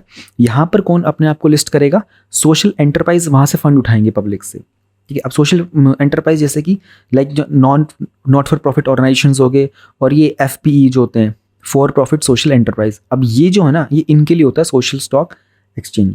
यहाँ पर इनकी कुछ एलिजिबिलिटी बताई गई थी, यानी कि कोई भी ऐसा सोशल एंटरप्राइज जिसका रेवेन्यू 67% होगा उसके प्रीसीडिंग 3 ईयर के एवरेज से, और जो रेवेन्यू है ना उनकी एलिजिबल एक्टिविटीज़ से आ रहा होगा। सेम चीज़ उनका जो एक्सपेंडिचर होगा 67% of the 3 year average of expenditure से। कस्टमर बेस और बेनिफिशरीज के मामले में वही 67% का क्राइटेरिया दिया गया है। तो remember this term 67% for the social stock exchange के रिक्वायरमेंट में। अब प्रॉब्लम ये होगी, मतलब प्रॉब्लम नहीं, प्रॉब्लम एक्चुअली जो थी ना वो थी अनडिजर्व्ड और जो लेस प्रिविलेज पॉपुलेशन थी ना उनको टारगेट करने की। उनके लिए सोशल स्टॉक एक्सचेंज बहुत ज़्यादा हेल्पफुल होने वाला है। अब इसमें इंपॉर्टेंट चीज़ ये है ना कि हर एक सोशल स्टॉक एक्सचेंज के पास ना अपना खुद का गवर्निंग काउंसिल होगा जो उसके सारे फंक्शनिंग के ऊपर काम करेगा, और उसमें वो इंडिविजुअल से लेकर के एक्सपर्ट तक सबकी बैलेंस रिप्रेजेंटेशन भी रखेंगे। कुछ एक्टिविटीज़ जिसके तहत उन्होंने सोशल इम्पैक्ट ज़्यादा होता है, जैसे हंगर को इरेडिकेट करना, पॉवर्टी को, एजुकेशन स्प्रेड करना, एम्प्लॉयबिलिटी लाइवलीहुड को मेंटेन करना, डिजास्टर मैनेजमेंट, नेशनल हेरिटेज को प्रोटेक्ट करना, ये इस तरह की जो एक्टिविटीज़ होती है ना, ये सारी एक्टिविटीज़ एलिजिबल रहेंगी। कुछ कॉर्पोरेट फाउंडेशंस होती हैं, पॉलिटिकल या रिलीजियस ऑर्गेनाइजेशंस होंगी, प्रोफेशनल या ट्रेड एसोसिएशंस, इंफ्रास्ट्रक्चर वाले होंगे, हाउसिंग कंपनीज होंगी। तो अफोर्डेबल हाउसिंग को छोड़ करके बाकी सारी जो चीज़ें होती हैं इनको अलाउड नहीं किया गया है कि आप सोशल स्टॉक एक्सचेंज के ऊपर आप फंड रेज नहीं कर सकते पब्लिक से, आप बाकी जगह कर सकते हो, कोई दिक्कत नहीं है। तो फ़ायदा क्या होता है ना सोशल स्टॉक एक्सचेंज लगाने का कि एक प्लेटफॉर्म है जिसको रेगुलेट किया जाएगा वाया सेबी। तो सोशल एंटरप्राइज और डोनर्स, जो लोग सोशल एंटरप्राइज में पैसा लगाना चाहते हैं, इन सब के लिए एक कॉमन प्लेटफॉर्म बन जाएगा। फंडिंग वगैरह लेके आना ग्रोथ में सोशल एंटरप्राइजेस के लिए, और किसी भी तरह के सोशल इम्पैक्ट को लेकर के जो स्टैंडर्ड सेटअप करने पड़ते हैं ना, उसके लिए एक बहुत बेहतरीन मैकेनिज्म सेटअप करने को मिल जाएगा हमें यहाँ पर। अभी थोड़े से पैरामीटर्स हैं, जैसे कि जो नॉट फॉर प्रॉफिट ऑर्गेनाइजेशंस होती हैं और ये फॉर प्रॉफिट सोशल एंटरप्राइज होती है ना, तो अगर NPO होगा तो उसका रजिस्ट्रेशन की रिक्वायरमेंट है, लेकिन जो FPE होगा ना उसको रजिस्ट्रेशन करने की ज़रूरत नहीं है। अब पैसा कैसे कैसे रेज कर पाएंगे? जीरो कूपन जीरो प्रिंसिपल का बॉन्ड पिकअप कर सकते हैं, या हम आगे पढ़ेंगे इसको क्या होता है ये। फिर म्यूचुअल फंड की स्कीम से पैसा उठा सकते हैं, या फिर किसी और तरीके से जो सेबी अप्रूव करेगा। लेकिन जो फॉर प्रॉफिट एंटरप्राइज होते हैं ना, जिनको प्रॉफिट लेना होता है, वो इक्विटी शेयर्स रेज कर पाएंगे, डेट इंस्ट्रूमेंट पे काम कर सकते हैं, या फिर कोई दूसरा चीज़ जो सेबी उनको अलाउ करेगा। जीरो कूपन जीरो प्रिंसिपल जो इंस्ट्रूमेंट होता है ना, बेसिकली क्या होता है ना, फॉर एग्जांपल आपने 100 रुपीज़ इन्वेस्ट किए और आप एक्सपेक्ट करते हैं कि आपको रिटर्न में 110 मिल जाए। तो जीरो कूपन वाले में क्या होता है कि आप ना एक्चुअल में 90 इन्वेस्ट करोगे, उसकी वैल्यू थी 100 की, तो आपने जो रिक्वायर्ड था ना उससे कम इन्वेस्ट किया था और आपको 100 मिल जाएगा फिर, ठीक है। उसकी एक्चुअल वैल्यू तो थी 100 ही, लेकिन आपने इन्वेस्ट स्टार्टिंग में कम किया, आपको रिटर्न में इतना मिल जाएगा। एक होता है उसकी वैल्यू थी 100 की, लेकिन आपने 100 ही इन्वेस्ट कर दिया और आपको रिटर्न में मिल गया 110। तो जीरो कूपन जीरो प्रिंसिपल का कॉन्सेप्ट ये होता है। अब इसकी इंपॉर्टेंस ये होती है ना, हमारे देखो इस तरह की नए नए मार्केट का एक्सेस मिलेगा, ठीक है। तो बहुत सारे सोशल एंटरप्राइजेस जहाँ पर डोनर्स वगैरह इन्वेस्ट करना चाह रहे थे ताकि इस तरह के फील्ड में, है ना, हंगर पॉवर्टी एजुकेशन के मामले में फंड वगैरह रेज किया जा सके, उनको फ़ायदा हो जाएगा। Zero listing and admission cost, तो इसमें जो इशूअर वगैरह होता है, डोनर वगैरह जो होता है ना, उनसे रजिस्ट्रेशन वगैरह के लिए ना कोई फीस चार्ज नहीं की जाएगी, क्योंकि अक्सर यहाँ पर जो ऑर्गेनाइजेशन हैं हम लोगों ने देखा ना, वो नॉट फॉर प्रॉफिट ऑर्गेनाइजेशन होंगी, तो उनसे रजिस्ट्रेशन का चार्ज वगैरह लेते हैं, तो डिस्करेजेस देम। तो वो वाली चीज़ यहाँ पर अवॉइड कर दी गई है। इन्वेस्टर और इन्वेस्टी के जो एम्स होते हैं ना, वो सोशल एम्स के ऊपर फोकस करेगा और उसमें सिनर्जी लेके आएगा। तो कितना उनको इन्वेस्टमेंट करना है, किस तरह की चॉइस वो बनाना चाहते हैं, कैसे इन्वेस्टर्स होंगे, किसे उनका जो मिशन होगा वो सिमिलर है नहीं। तो यहाँ पर जो परफॉर्मेंस होगी ना वो फिलेंथ्रोपी पर बेस होने वाली। फिलेंथ्रोपी का मतलब होता है, एंथ्रोपी का मतलब हो गया मैनकाइंड, और फिल मतलब हो गया love, something which goes for the love and welfare and the wellbeing of the Mankind ना, उसके बेसिस के ऊपर इनकी परफॉर्मेंस चेक की जाएगी कि आपने जो भी इसमें मतलब कोई भी सोशल स्टॉक एक्सचेंज के ऊपर लिस्टिंग वगैरह होगी किसी नॉट फॉर प्रॉफिट ऑर्गेनाइजेशन की, तो उन्होंने फिलेंथ्रोपी में कितना परफॉर्म किया उसके बेसिस के ऊपर, और फिलेंथ्रोपी उस चीज़ को ड्राइव भी करेगी। फिर जब एक्सचेंज वगैरह होते हैं, किसी की रेगुलेशन होती है, तो उनको डिसिप्लिन में रख पाना बड़ा इजी होता है। डिसिप्लिन में होते हैं तो फर्म्स के बीच में आपस में कंपटीशन होता है कि यार देखो उन्होंने इतना अच्छा काम किया, उनको इतना पैसा फंड रेज करने को मिला via this social stock exchange. Government के ऊपर बहुत सारा बर्डन कम हो जाएगा, ठीक है ना, तो क्योंकि प्राइवेट सेक्टर को थोड़ा सा बेनिफिट मिलेगा कि वो भी बहुत सारे एरियाज में पार्टिसिपेट कर पाएंगे। तो अभी तक सस्टेनेबल डेवलपमेंट गोल्स में जो इन्वेस्टमेंट किया जा रहा था वो सेंट्रल और स्टेट गवर्नमेंट का ज़्यादा होता था, बट सोशल स्टॉक एक्सचेंज के ऊपर जब इनको अलाउ कर दिया जाएगा, रेगुलेट किया जाएगा, तो गवर्नमेंट का बर्डन भी कम हो जाएगा। इनोवेशन आएगी, है ना, बहुत तरह की इनोवेशन आएगी, बहुत सारी जो इम्पैक्ट ड्रिवन कंपनीज होती हैं वो भी अपने आप को इस्टेब्लिश करना स्टार्ट करेंगी, नए प्रोडक्शन सर्विसेज आएंगी जो सोशल और एनवायरमेंटल चैलेंजेस को भी एड्रेस करेंगी। लेकिन इसमें प्रॉब्लम भी है, कुछ कंसर्न भी रहेंगी इस एक्सचेंज के। इतना लोगों को पता नहीं होगा कि अच्छा ऐसा कोई सोशल स्टॉक एक्सचेंज भी एग्जिस्ट करता है। अदरवाइज लोगों को लगता है ना यार ये तो नेशनल स्टॉक एक्सचेंज है, या तो सिर्फ और सिर्फ प्रॉफिट वाले ही जाते हैं। दे नीड टू अंडरस्टैंड कि नॉट फॉर प्रॉफिट को भी अलाउ कर दिया गया है। कॉम्प्लेक्सिटी होने वाली है क्योंकि जो हमारा ट्रेडिशनल स्टॉक एक्सचेंज था ना उसके मुकाबले थोड़ा सा कॉम्प्लेक्स है। कारण ये होता है जो पहले हमारे जो बाकी सब है ना, जैसे नेशनल स्टॉक एक्सचेंज वगैरह हो गया ना, इन सब के अंदर सिर्फ फाइनेंशियल मैटर्स को ही हम लोग हैंडल करते थे, ठीक है। तो यहाँ पर सिर्फ फाइनेंशियल वाला इशू इवैल्यूएट किया जाता था, बट यहाँ पर तो सोशल परफॉर्मेंस के मैट्रिक्स को भी ऐड किया जाएगा, तो थोड़ा कॉम्प्लेक्स तो बनेगा ही। फिर अभी तक इस पर ज़्यादा रिसर्च नहीं की गई है ना, कोई ऐसा मीनिंगफुल लिटरेचर या एनालिसिस हमारे पास अवेलेबल नहीं है। तो इम्पैक्ट इन्वेस्टमेंट के लेंस से अगर देखते हैं ना तो इस चीज़ की इतनी स्टडी नहीं की गई है। फिर लिक्विडिटी, पैसे वगैरह की भी कंपैरेटिवली अभी तक कमी रही है सेकेंडरी मार्केट के अंदर खास करके, क्योंकि सारा का सारा जब ट्रेडिंग वगैरह करेंगे तो सेकेंडरी मार्केट में तो जाएगा ही, एक से दूसरे के पास, दूसरे से तीसरे के पास। मैंने प्रीवियस टॉपिक में आप लोगों को बताया था सेकेंडरी मार्केट क्या होता है। इसकी सस्टेनेबिलिटी कि भाई ये लॉन्ग टाइम तक चल पाएगा, ये एक्सचेंज नहीं चल पाएगा, कितना हम तो उसको स्केल कर सकते हैं, इसमें भी प्रॉब्लम है। तो 2018 में ना इम्पैक्ट फाइनेंस नेटवर्क ने एक स्टडी की थी। उन्होंने कहा था कि 75% जो प्लेटफॉर्म्स रहे ना वो इस तरह के, वो अनसक्सेसफुल रहे थे, उनसे कोई खास फंड वगैरह आप जनरेट नहीं कर पाए थे। तो ये कुछ इश्यूज थे। अब इन सबको अगर हम लोग हैंडल करना चाहेंगे तो हमको इन्वेस्टर को एजुकेट करना पड़ेगा, है ना। उनके फाइनेंशियल सोशल परफॉर्मेंस मैट्रिक्स बेहतर तभी होंगे जब उनके बारे में अवेयरनेस होगी। कुछ और इंस्ट्रूमेंट्स भी उनको डेवलप करने पड़ेंगे ताकि ज़्यादा इन्वेस्टर्स यहाँ पे आएंगे। पॉलिसी एंड रेगुलेशन में ज़्यादा काम करना पड़ेगा ताकि लोगों के लिए और ज़्यादा अवेलेबल मार्केट्स डेवलप की जा सके। तो हम लोगों को टूल्स एंड पॉलिसीज़ का मिक्स बनाना पड़ेगा। दूसरी कंट्रीज़ हैं जैसे कि फॉर एग्जांपल हमारे यूएस वगैरह हो गए, यूरोपियन कंट्रीज़ हैं, वो लोग इन चीज़ों पे काम करते हैं, खास करके यूरोपियन कंट्रीज़ पे फोकस करती हैं। तो उनका क्या एक्सपीरियंस है, कैसे उन्होंने स्ट्रक्चर बनाया, क्या उनकी लर्निंग्स थी, उनको हम लोग असेंबल कर करके अपने लिए एक बेहतर स्ट्रक्चर बना सकते हैं। तो this was about the social stock exchange.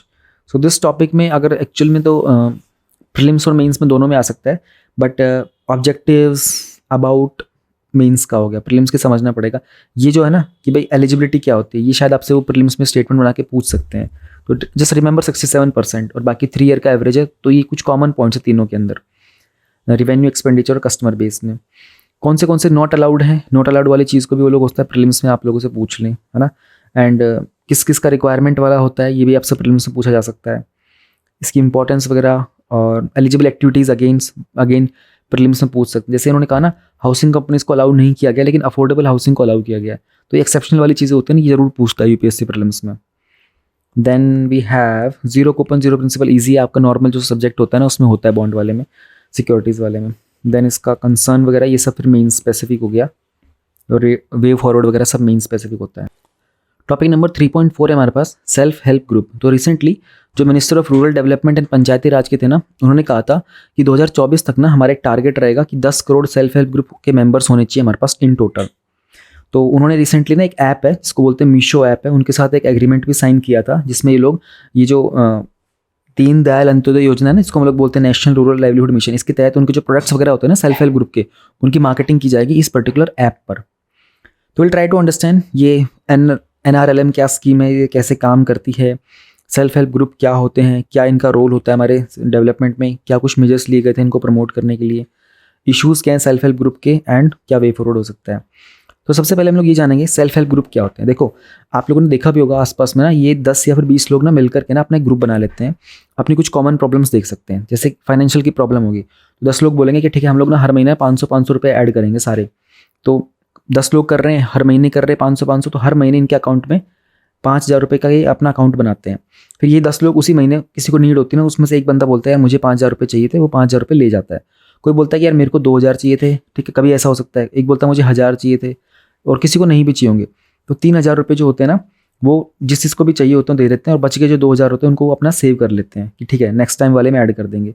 फिर जिन्होंने ये 2,000 लिए थे, कभी किसी ने 1,000 लिए थे, वो रिटर्न करते रहते हैं। इसके ऊपर बहुत ही लो रेट ऑफ इंटरेस्ट रखते हैं ये लोग, मतलब 1% जितना, क्योंकि आपस में प्रॉब्लम के लिए सॉल्व करने के लिए करते हैं।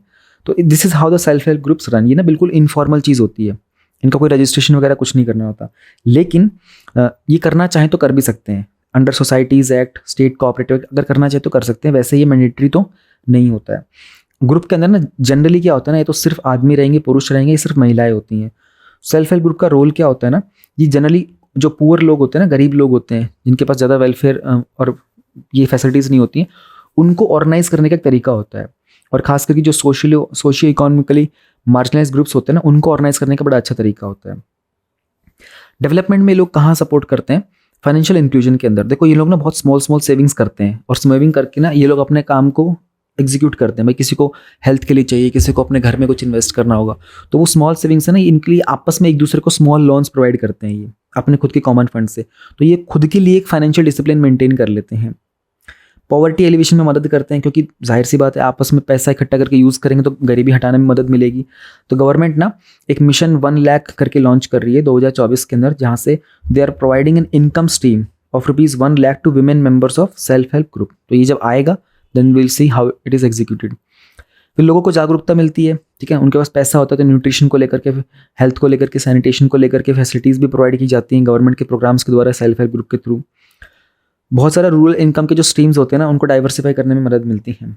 तो बैंक सखी होते हैं, किसान सखी होते हैं, पशु सखी होते हैं। तो ये जो सेल्फ हेल्प ग्रुप वगैरह होते हैं ना, इनकी वजह से ना बहुत सारी जो महिलाएं 60 से 70% जो एग्रीकल्चर में काम करती हैं, ये अपने आप को डाइवर्सिफाई कर पाती हैं। वो मिलेट कल्टीवेशन की तरफ मूव कर रही हैं, हॉर्टिकल्चर को भी इंट्रोड्यूस कर पा रही हैं, क्योंकि ना उनको एक कॉन्फिडेंस मिल जाता है कि ठीक है, जस्ट इन केस अगर बैंक से लोन नहीं मिलेगा तो सेल्फ हेल्प ग्रुप की वजह से लोन तो मिल ही सकता है। तो they can explore the new projects also.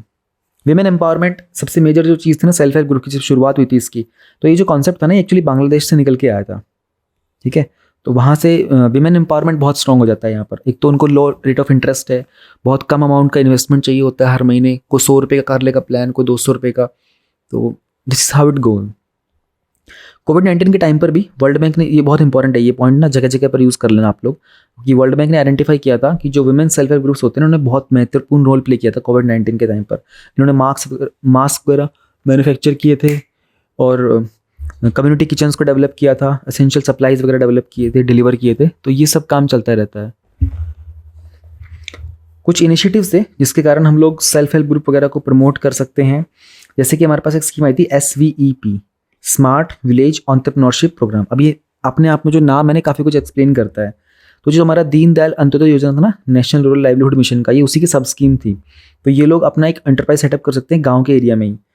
एक आता महिला किसान सशक्तिकरण परियोजना। सशक्तिकरण का मतलब होता है एम्पावरमेंट, ठीक है। तो एग्रीकल्चर के अंदर उनके लिए सिस्टमेटिक इन्वेस्टमेंट का काम लाया गया था, सब स्कीम थी। एक था विलेज पॉवर्टी रिडक्शन प्लान। तो जो भी सेल्फ हेल्प ग्रुप होते हैं ना, उन सबको ग्राम पंचायत का जो डेवलपमेंट प्लान होता है ना, उसके तहत इंटीग्रेट किया गया था कि गांव की गरीबी कैसे मिटाएंगे। एक सेल्फ हेल्प ग्रुप का बैंक लिंकेज प्रोग्राम भी था। तो इन लोगों को ना फाइनेंशियल सर्विसेज मिल जाती थी बैंक की तरफ से, और एक इंटरेस्ट सबवेंशन स्कीम भी थी कि भाई आप इतना टाइम से पैसा रिटर्न करोगे तो आपको रेट ऑफ इंटरेस्ट कम कर दिया जाएगा। तो वर्ल्ड बैंक की तरफ से एक national rural economic transformation project भी था। Financial literacy through self help group members, तो इनके ना CRPs होते हैं, कम्युनिटी रिसोर्स पर्सन वगैरह होते हैं। तो बैंकिंग कॉरेस्पोंडेंट की सखीज होती हैं, उनको BC सखीज भी बोलते हैं। वो इनको ना एजुकेशन भी प्रोवाइड करती है, फाइनेंशियल लिटरेसी देते हैं। देन वी हैव दिस कोविड-19 पैंडेमिक स्टिमुलस पैकेज दिया गया था 2021 के अंदर। गवर्नमेंट है ना, इनको फ्री लोन दिए थे, कोलेटरल फ्री लोन 20 लाख रुपए तक, 10 लाख रुपए से लेकर के 20 लाख रुपए तक के। ये सारे स्टेप्स लिए गए गवर्नमेंट के द्वारा।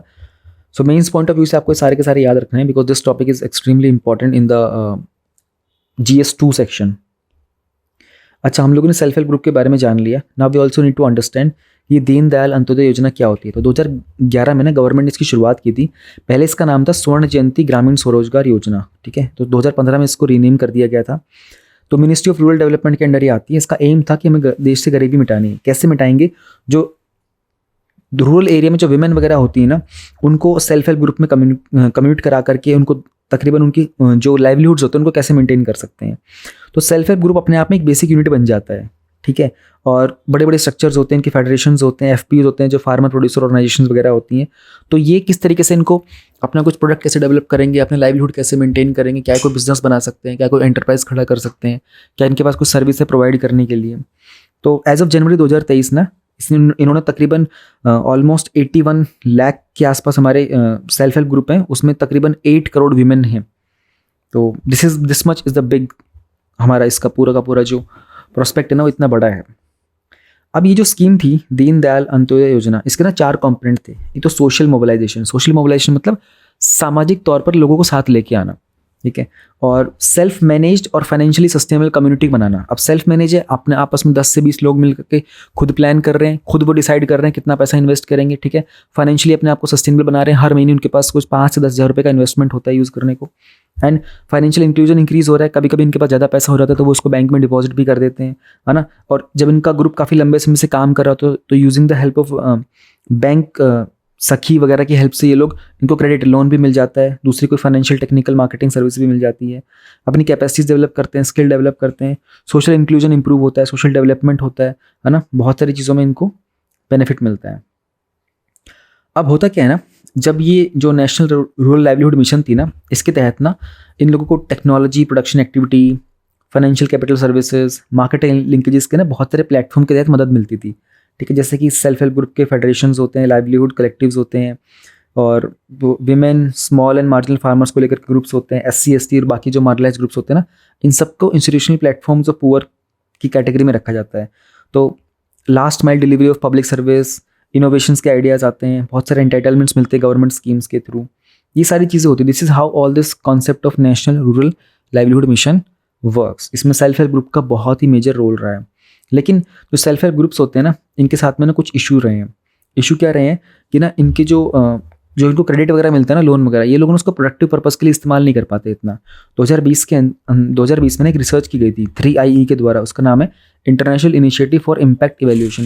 उन्होंने कहा था कि इसमें से सिर्फ 19% ऐसे थे जिन्होंने अपने उस पैसे को ना प्रोडक्टिव पर्पस से यूज़ किया था, बाकी सब ने प्रोडक्टिव पर्पस से इसको यूज़ नहीं किया था।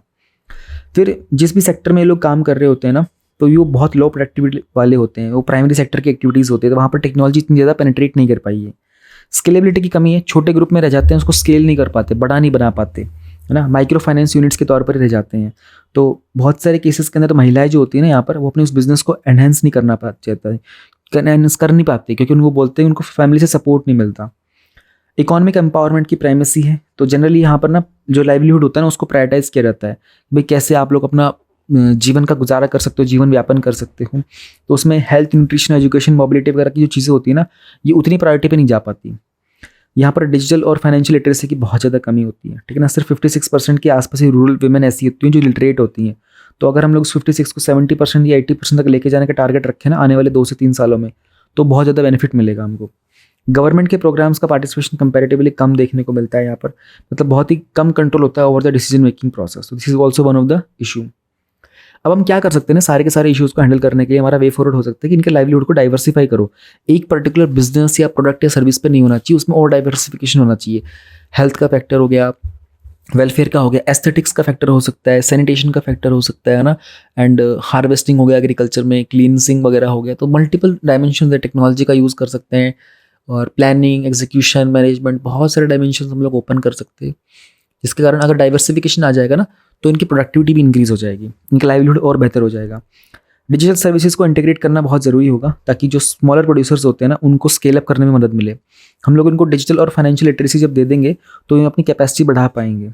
एंड अगर सेल्फ हेल्प ग्रुप को हम लोग पंचायत के साथ कन्वर्ज कर देते हैं ना, तो इनको भी डिसीजन मेकिंग प्रोसेस में एक से मिल जाएगा कि भाई गांव के एक पंचायत थी, उसमें गांव वालों ने आइडेंटिफाई किया कि ये पर्टिकुलर सेल्फ हेल्प ग्रुप जो है ना बहुत टाइम से रन कर रहा है, तो इनका एक पर्टिकुलर डिसीजन मेकिंग प्रोसेस में पार्टिसिपेशन होना चाहिए, रिप्रेजेंटेशन होना चाहिए। We can involve the financial the private sector also, the startup वगैरह को, प्राइवेट सेक्टर की जो स्पेस सेक्टर होता है, इन सबको हम लोग इसमें इंटीग्रेट कर सकते हैं। इसका बहुत ही पॉपुलर एग्जांपल है जो मेंस राइटिंग में हमेशा यूज़ किया जाता है। केरला का जो कुदुम्बश्री था ना मॉडल, उन्होंने अमेजोन के साथ टाई अप किया था, तो उनका प्रोग्राम था अमेजोन सहेली। तो वो विमेन एंटरप्रेन्योर्स को प्रमोट करते थे और वो अपना प्रोडक्ट्स इसके थ्रू बेच पाते थे। This is how it can be integrated. तो ये था हमारा टॉपिक सेल्फ हेल्प ग्रुप को लेकर के, एंड इसमें everything around this topic is all about means. तो कंसिडर कि 98 to 99% जो पार्ट है ना इस टॉपिक का वो मीन्स का है। कुछ चीज़ें हैं जैसे फॉर एग्जांपल कि दीनदयाल अंत्योदय योजना जो है, इसको मे बी लाइक स्कीम वाला कोई क्वेश्चन आ जाए आपका प्रीलिम्स में, बाकी everything falls there for the mains point of view. Topic number 3.5 is about farm mechanisation. कि रिसेंटली एक रिपोर्ट आई थी, इसका टाइटल था making India global power house on farm machinery industry. इसको रिलीज़ किया था NCAER ने, which is national council of applied economic research. तो इस रिपोर्ट में बताया गया था कि इंडिया के अंदर जो फार्म यानी कि खेतों में जो मशीनीकरण होता है ना, मैकेनाइजेशन, उसमें जो मेजर फोकस होता है ना वो ट्रैक्टर्स पर ही होता है, तो वो ट्रैक्टराइजेशन होता है। तो इंडिया वर्ल्ड में फार्म इक्विपमेंट में 7% ऑक्यूपाई करता है, और इसमें भी 80% जो हमारी वैल्यू कंट्रीब्यूशन है वो ट्रैक्टर से आ रही होती है। तो जो रिपोर्ट थी उन्होंने कहा था कि हमको ऐसी मशीन के ऊपर फोकस करने की ज़रूरत है जो कि नॉन ट्रैक्टर वाली होगी। तो जो ट्रेड होगी ना नॉन ट्रैक्टर फार्म मशीनरी में, वो राइट नाउ लेस देन 1% है, उसी को हमें इंप्रूव करना है। ये इस रिपोर्ट की रिकमेंडेशन भी थी। फार्म मैकेनाइजेशन का मतलब ये होता है कि किस तरीके से हम मशीनों का डेवलपमेंट करें जो ह्यूमन बींग्स को और एनिमल पावर को रिप्लेस करके एग्रीकल्चर प्रोसेस को और ज़्यादा मैकेनाइज बना देगी। एग्रीकल्चर में जो मैकेनाइजेशन का प्रोसेस होता है ना मशीनीकरण का, उससे जनरली हम लोग एग्रीकल्चर लेबर को रिप्लेस करते हैं। इससे टाइम बहुत बचता है, लेबर का इन्वेस्टमेंट कम होता है और हमें एफिशिएंसी मिलती है। इंडिया का जो फार्म मैकेनाइजेशन लेवल है ना वो 40 से 50% ही है। अगर यूएस में देखें तो 95% मशीनीकरण होता है, ब्राज़ील है 75%, चाइना है 57। ये डेटा हमको नेबार्ड ने दिया था 2018 में। तो रिक्वायरमेंट क्यों है? रिक्वायरमेंट की बहुत सारी चीज़ें हैं, उसके कारण 30% तक हमारी प्रोडक्टिविटी इंक्रीज़ हो सकती है और हमारी जो इनपुट कॉस्ट होती है ना वो 20% तक कम आ जाएगी, और जो वर्क बर्डन होगा वो इंक्रीज़ होगा तो एफिशिएंसी भी इंक्रीज़ हो सकती है, खास करके जो फीमेल्स वर्किंग होती है ना फील्ड में उनके लिए। फिर बहुत सारे जो यूथ होते हैं ना माइग्रेशन के तौर पर बाहर चले जाते हैं, तो उन लोगों को भी फार्म मैकेनाइजेशन ना इस आउटवर्ड माइग्रेशन को रिड्यूस कर सकता है, तो वो किसी दूसरे सेक्टर में भी कंट्रीब्यूट कर पाएंगे। एक ऑल्टरनेट होता है, क्योंकि जो लेबर की कॉस्ट है वो भी इंक्रीज़ होती जा रही है, तो इस तरह के ऑपरेशंस के लिए हम लोग उसको सब्सटेंशियली इंक्लूड कर सकते हैं। तो right now farm mechanisation is the only way जिससे लेबर कॉस्ट को रिड्यूस किया जा सकता है, और इसलिए कॉस्ट ऑफ कल्टीवेशन भी रिड्यूस हो जाएगी। क्रॉप्स की क्वालिटी इंप्रूव हो सकती है, क्योंकि जो फार्मिंग के ऑपरेशंस होते हैं ना काफ़ी प्रिसाइज मैनर में ऑपरेट किए जाएंगे। वो बहुत यूनिफॉर्म तरीके से बीज को बोएंगे, फर्टिलाइज़र और पेस्टिसाइड को अप्लाई करना भी। फिर फार्मिंग ऑपरेशंस में जिस तरीके से हम लोग मशीनीकरण बढ़ाएंगे ना, सस्टेनेबल एग्रीकल्चर को भी प्रमोट करेंगे, तो requirement of land, water and energy को ना वो ऑटोमेटिकली रिड्यूस हो जाएगा। गवर्नमेंट की कुछ स्कीम्स भी हैं फार्म मैकेनाइजेशन के तौर पर, जैसे सबसे इंपॉर्टेंट है राष्ट्रीय Krishi Vikas Yojana, then we have this national food security mission, then mission for integrated development for horticulture, एक national mission and oil seeds and oil palm, और इसके अलावा एक सब मिशन था एग्रीकल्चर मैकेनाइजेशन का 2014-15 का। उसके अलावा स्टेट गवर्नमेंट का भी है, केरला गवर्नमेंट, मध्य प्रदेश, तमिलनाडु, उनके अपने अपने कुछ कंसेशन रेट के ऊपर वो फार्मिंग मशीनरी को प्रोवाइड करते हैं।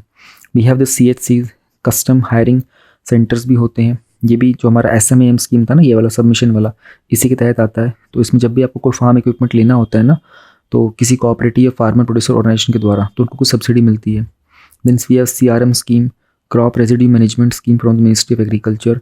तो इनका भी कॉन्सेप्ट था कि कैसे जो किसान वगैरह होते हैं ना, वो अपनी क्रॉप रेजिड्यू में जो होता है ना स्टबल बर्निंग वाला इशू, उसको कैसे रिप्लेस कर सकते हैं अगर इसमें मशीनीकरण को हम लोग इंट्रोड्यूस कर दें। तो there are multiple initiatives taken so far to reduce this dependency on labour and shift from the tractorization to farm mechanisation.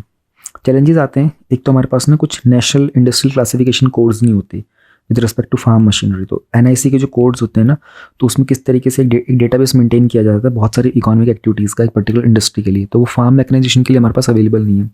फिर हमारे यहाँ पर जो फार्म होल्डिंग्स है ना, ज़मीन वगैरह, वो काफ़ी छोटी छोटी होती हैं, तो बहुत डिफिकल्ट होता है एक पर्सन के लिए कि छोटी सी ज़मीन के लिए इतने बड़े बड़े हैवी इक्विपमेंट्स को परचेज़ करना। क्वालिटी और जो आफ्टर सेल सर्विसेज होती हैं ना, तो मोस्टली जो इक्विपमेंट वगैरह होते हैं ना, ये एक अनऑर्गेनाइज सेक्टर के द्वारा बनाए जाते हैं, तो इनमें क्वांटिटी एंड क्वालिटी दोनों की कमी होती है। इनको प्रॉपर मेंटेन कौन करेगा? फिर लोगों को जागरूकता नहीं है कि किस किस तरह की मशीन्स अवेलेबल हैं, उनको कैसे इंप्लीमेंट कर सकते हैं। फिर रिसर्च एंड डेवलपमेंट इतनी नहीं हो पाई, खास करके जो नॉन ट्रैक्टर फार्म मशीनरी है ना, मोस्टली जो फोकस होता है वो ट्रैक्टर पर होता है। स्किल्ड लेबर्स की कमी होती है, मोस्टली जो काम होता है सेमी स्किल्ड वर्कर्स के द्वारा किया जाता है, उसके पास प्रॉपर टूल्स भी नहीं होते हैं, जिसके कारण क्वालिटी और एफिशिएंसी कम हो जाती है। तो अब हम क्या कर सकते हैं ना, हम लोग एक एक्शन प्लान बना सकते हैं, एक फ्रेमवर्क बना सकते हैं। हमारे पास एक लॉन्ग टर्म का विजन होगा जिसमें हम लोग इस तरह के इक्विपमेंट्स इंप्लीमेंट कर पाएंगे, तो काफ़ी एफिशिएंट एक्शन प्लान बन पाएगा ताकि हम लोग करंट चैलेंजेस को टैकल कर सकें। हम लोग एक इंस्टीट्यूशनलाइज फ्रेमवर्क बना सकते हैं इस तरह के CHCs के लिए। CHC मतलब जो कस्टम हायरिंग सेंटर्स होते थे उनके लिए। तो अभी तक ये बहुत ज़्यादा अनऑर्गेनाइज रहे हैं, इनको बेहतर इंटीग्रेट कर सकते हैं। CSR जो कॉर्पोरेट सोशल रिस्पॉन्सिबिलिटी वाला होता है ना, वहाँ से फंडिंग लाई जा सकती है कि उनके फंड से हम लोग कैसे फार्म मैकेनाइजेशन को इम्प्रूव करेंगे, और लोकल इनोवेशन के ऊपर काम कर सकते हैं। तो आज if you must have seen Shark Tank India के अंदर, I don't remember the name of this person, but he came with something जिसमें लोकल इनोवेशन को बहुत प्रमोट किया गया था। तो गवर्नमेंट भी इस तरह के पेटेंट्स वगैरह पे सपोर्ट कर सकती है। और जैसे लाइक वी हैव दिस किसान क्रेडिट कार्ड होता है KCC, और भी बहुत सारे लॉन्ग हमको डिफरेंट टर्म्स के ऊपर लोन वगैरह प्रोवाइड किए जा सकते हैं। इसमें कम से कम डॉक्यूमेंटेशन रिक्वायर्ड हो किसान के द्वारा, अगर उनकी फाइनेंसिंग ईजी हो जाएगी तो उन लोगों के लिए इसे फार्म इक्विपमेंट्स को परचेज करना और भी ईजी हो जाएगा। So this was the topic about farm mechanisation, and in this topic everything in this topic is all about means specific. अब ऐसा हो सकता है कि मे बी इनमें से कोई स्कीम के ऊपर वो पूछ लें आपसे, जैसे कि राष्ट्रीय कृषि विकास योजना प्रीलिम्स में कुछ स्कीम का नाम के ऊपर कुछ आ जाए। जैसे नेशनल फूड सिक्योरिटी मिशन है, ये तो कई बार आ चुका है, 2 बार आ चुका है, क्योंकि नेशनल फूड सिक्योरिटी एक्ट से कनेक्ट होता है और वो 2013 में आया था और एक बार 21 में आया था शायद। तो उस तरीके से टॉपिक आ सकता है, मीन्स में भी आया था। बाकी मोस्टली जो टॉपिक है ना, this is all about the means. Topic number 3.6 है महिला सम्मान सेविंग्स सर्टिफिकेट। तो रिसेंटली बजट में ना गवर्नमेंट ने कहा कि हम लोग ना एक विमेन के लिए एक और सेविंग स्कीम लेके आते हैं, जिसमें हम लोग नाम देंगे महिला सम्मान सेविंग स्कीम। इसमें क्या करेंगे ना, आपको ना एक वन टाइम की स्मॉल सेविंग स्कीम लॉन्च की जाएगी। 2 साल का टाइम पीरियड होगा, अप्रैल 2023 से मार्च 2025 तक। तो फीमेल एम्पावरमेंट का मेजर फोकस है और ये विमेन और गर्ल चिल्ड्रन के लिए है। तो आपको मैक्सिमम 2 लाख रुपए तक का आप डिपॉजिट कर सकते हो 2 साल के लिए। तो अगर आप इसको प्रीमेच्योर टाइम से पहले विड्रॉ करोगे तो आपको उतना इंटरेस्ट ऑफ रेट नहीं मिलेगा, अदरवाइज इसके ऊपर आपको 7.5% तक का रेट ऑफ इंटरेस्ट मिलेगा। तो इसका बेनिफिट ये होगा ना, इस तरह की स्मॉल सेविंग स्कीम जब गवर्नमेंट इंट्रोड्यूस करती है इकॉनमी में तो सोशल सिक्योरिटी इंप्रूव होती है ना, गवर्नमेंट उनको रेट ऑफ इंटरेस्ट अच्छा देती है, विमेन एम्पावरमेंट होता है। तो बेसिकली कहना है कि अगर आपकी फैमिली में कोई मेंबर होगा जो एलिजिबल होगा तो फीमेल या फिर जो गर्ल होती है ना, गर्ल चाइल्ड, उसके नाम पर आप कुछ अमाउंट डिपॉजिट करा सकते हो बैंक में और फॉर 2 ईयर्स पीरियड, और उसके ऊपर गवर्नमेंट आपको एक अच्छा खासा रेट ऑफ इंटरेस्ट देगी। तो बेसिकली इस तरीके से ना गवर्नमेंट अपना रिसोर्स मोबिलाइजेशन भी कर सकती है, तो गवर्नमेंट की भी बोरिंग कैपेसिटी इंक्रीज हो जाएगी। और बहुत सारा जो पोर्शन होगा ना इस तरह की स्मॉल सेविंग कलेक्शन का, उसमें अराउंड 75 जो होगा तो it will be transfer to states, क्योंकि as part of their loans from the centre. फिर इस तरह की जो स्कीम्स होती है ना उनका मार्केट के ऊपर बहुत बड़ा इंपैक्ट पड़ता है, तो काफ़ी इफेक्टिव रिटर्न मिलता है इस तरह की स्कीम्स के ऊपर। तो फंड का फ्लो होता है हमारे कैपिटल में और सेकेंडरी मार्केट्स के अंदर। तो ऐसी ऑलरेडी कुछ स्मॉल स्कीम्स इंडिया में ऑलरेडी रन भी कर रही हैं, जैसे को ना कुछ पोस्ट ऑफिस में भी आप जाके पैसे डिपॉजिट करा सकते हो, वहाँ पर भी आपका सेविंग अकाउंट होता है। पोस्ट ऑफिस का एक रिकरिंग डिपॉजिट होता है, वहाँ टाइम डिपॉजिट भी होता है। तो पोस्ट ऑफिस में ये सेविंग्स स्कीम चलती हैं। अगर आपको बैंक में कुछ अच्छा ऑफर नहीं मिल रहा है, you can go and check in the post office कि वहाँ कुछ सेविंग स्कीम चल रही है, आप पैसा डिपॉजिट करो, आपको अच्छा रिटर्न मिल जाएगा। सेविंग सर्टिफिकेट के लिए नेशनल सेविंग सर्टिफिकेट है, किसान विकास पत्र है।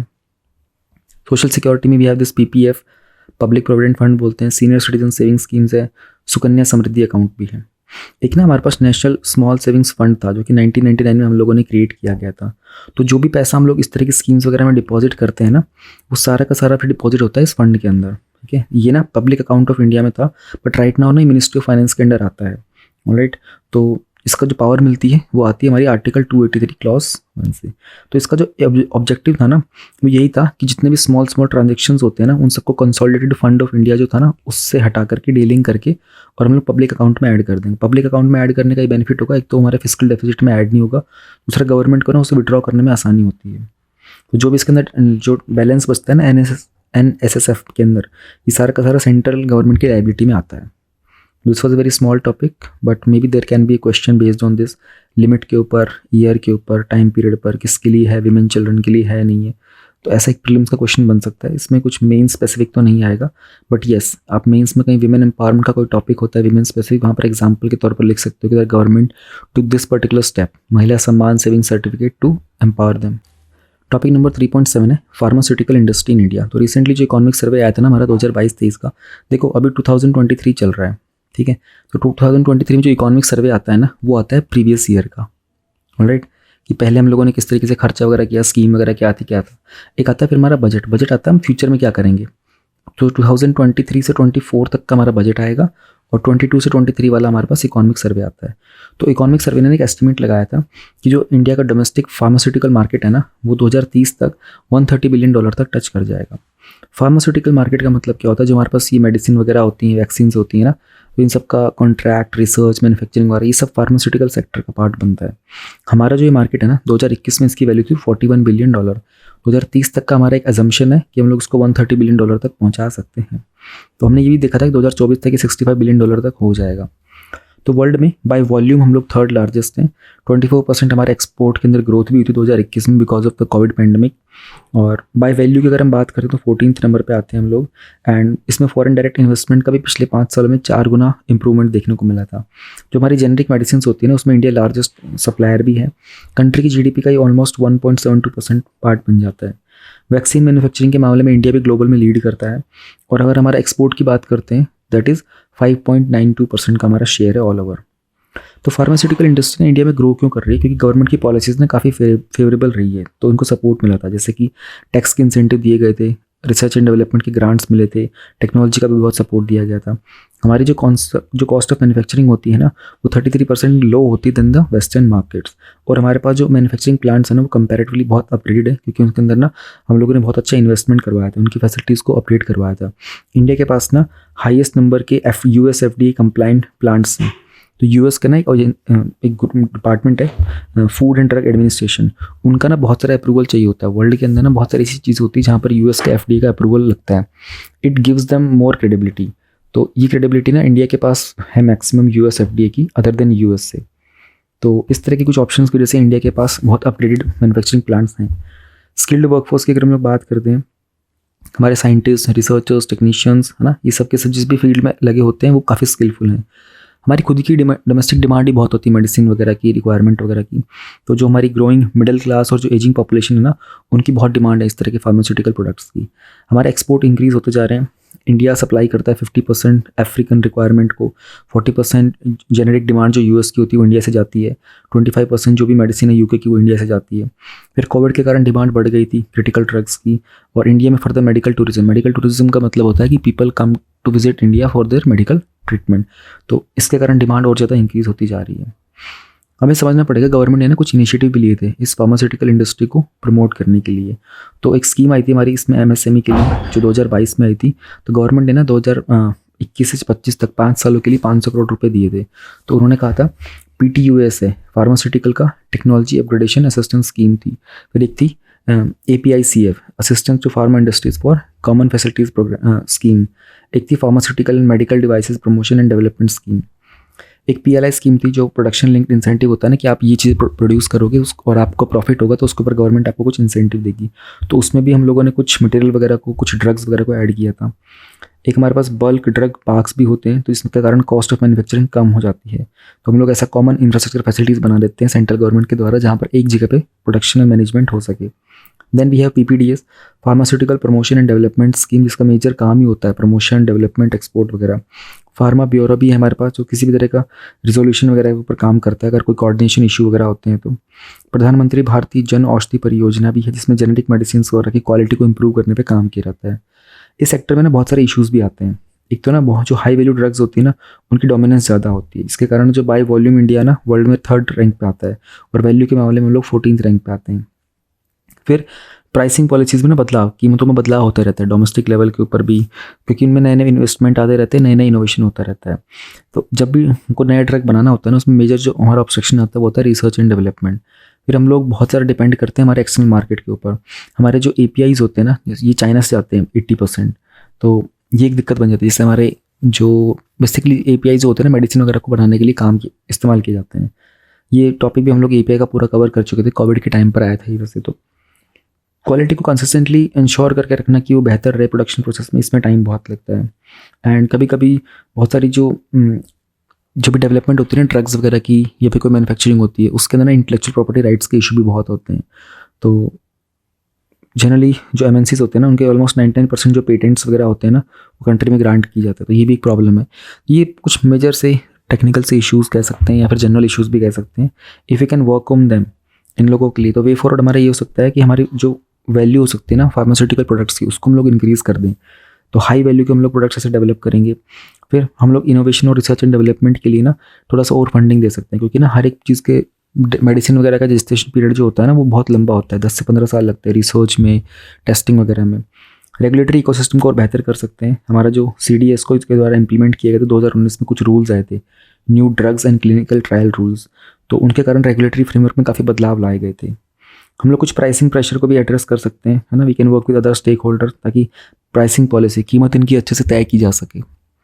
सो this is all about the pharmaceutical industry वाले कॉन्सेप्ट पे। And again in this topic mostly it is about 95% content of this topic is about mains point of view, उसमें भी GS2 में जो हेल्थ सेक्शन आता है ना वहाँ पर। अब आता है हमारा 3.8 न्यूज़ इन शॉर्ट।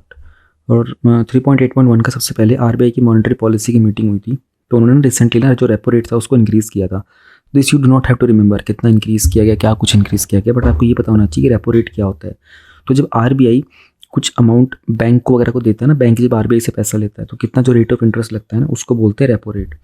तो जब इंक्रीज़ होता है रेपो रेट, क्योंकि उन्होंने रिसेंटली इसको इंक्रीज़ किया ना, तो इंक्रीज़ का मतलब क्या होता है कि it invest banks from borrowing money, कि भाई ऑब्वियस ही बात है ना, अब बैंक 100 रुपये लेता है RBI से, ठीक है, RBI था, RBI ने बैंक को 100 रुपये दिए, राइट, बैंक को अब रिटर्न करने पड़ेंगे मान लो 110, ठीक है, लेकिन RBI इसका रेपो रेट इंक्रीज़ कर देगा तो बैंक को रिटर्न करना पड़ेगा 111 रुपये। तो बैंक, हम तो 100 रुपये की बात कर रहे हैं तो 1 रुपये का डिफरेंस दिख रहा है, लेकिन बैंक ऐसे थोड़ी लेता है, तो लाखों में करोड़ों में लेता है, तो वो 1 रुपये भी हज़ारों करोड़ों लाखों में इंक्रीज़ होते हैं। तो ये चीज़ होती है, इसके कारण ना बैंक फिर बोरो नहीं करते मनी को, तो मार्केट के अंदर मनी फिर कम हो जाता है, इसी कारण इन्फ्लेशन को टारगेट करने में मदद मिलती है। सो दिस पर्टिकुलर पोर्शन ना, कि अगर आप रेपो रेट इंक्रीज़ करोगे डिक्रीज़ करोगे तो क्या इंपैक्ट पड़ता है इन्फ्लेशन पर, ये बहुत ज़रूरी है। This is how the question are framed in economy. तो दूसरे भी कुछ डिसीजंस लिए गए थे पेमेंट एंड सेटलमेंट सिस्टम को लेकर के। तो उन्होंने कहा था कि इंडिया में ना जो भी इनबाउंड ट्रैवलर्स होंगे ना, तो जो इंडिया में आएंगे they can use the UPI system. तो उन्होंने कहा था इसकी स्टार्टिंग हम लोग करेंगे, जो G20 कंट्री से ट्रैवलर्स आएंगे ना उनको हम लोग UPI यूज़ करने को अलाउ करेंगे। UPI क्या होता है, NPCI का बना हुआ एक पेमेंट सिस्टम है, आप लोग यूज़ करते भी होंगे।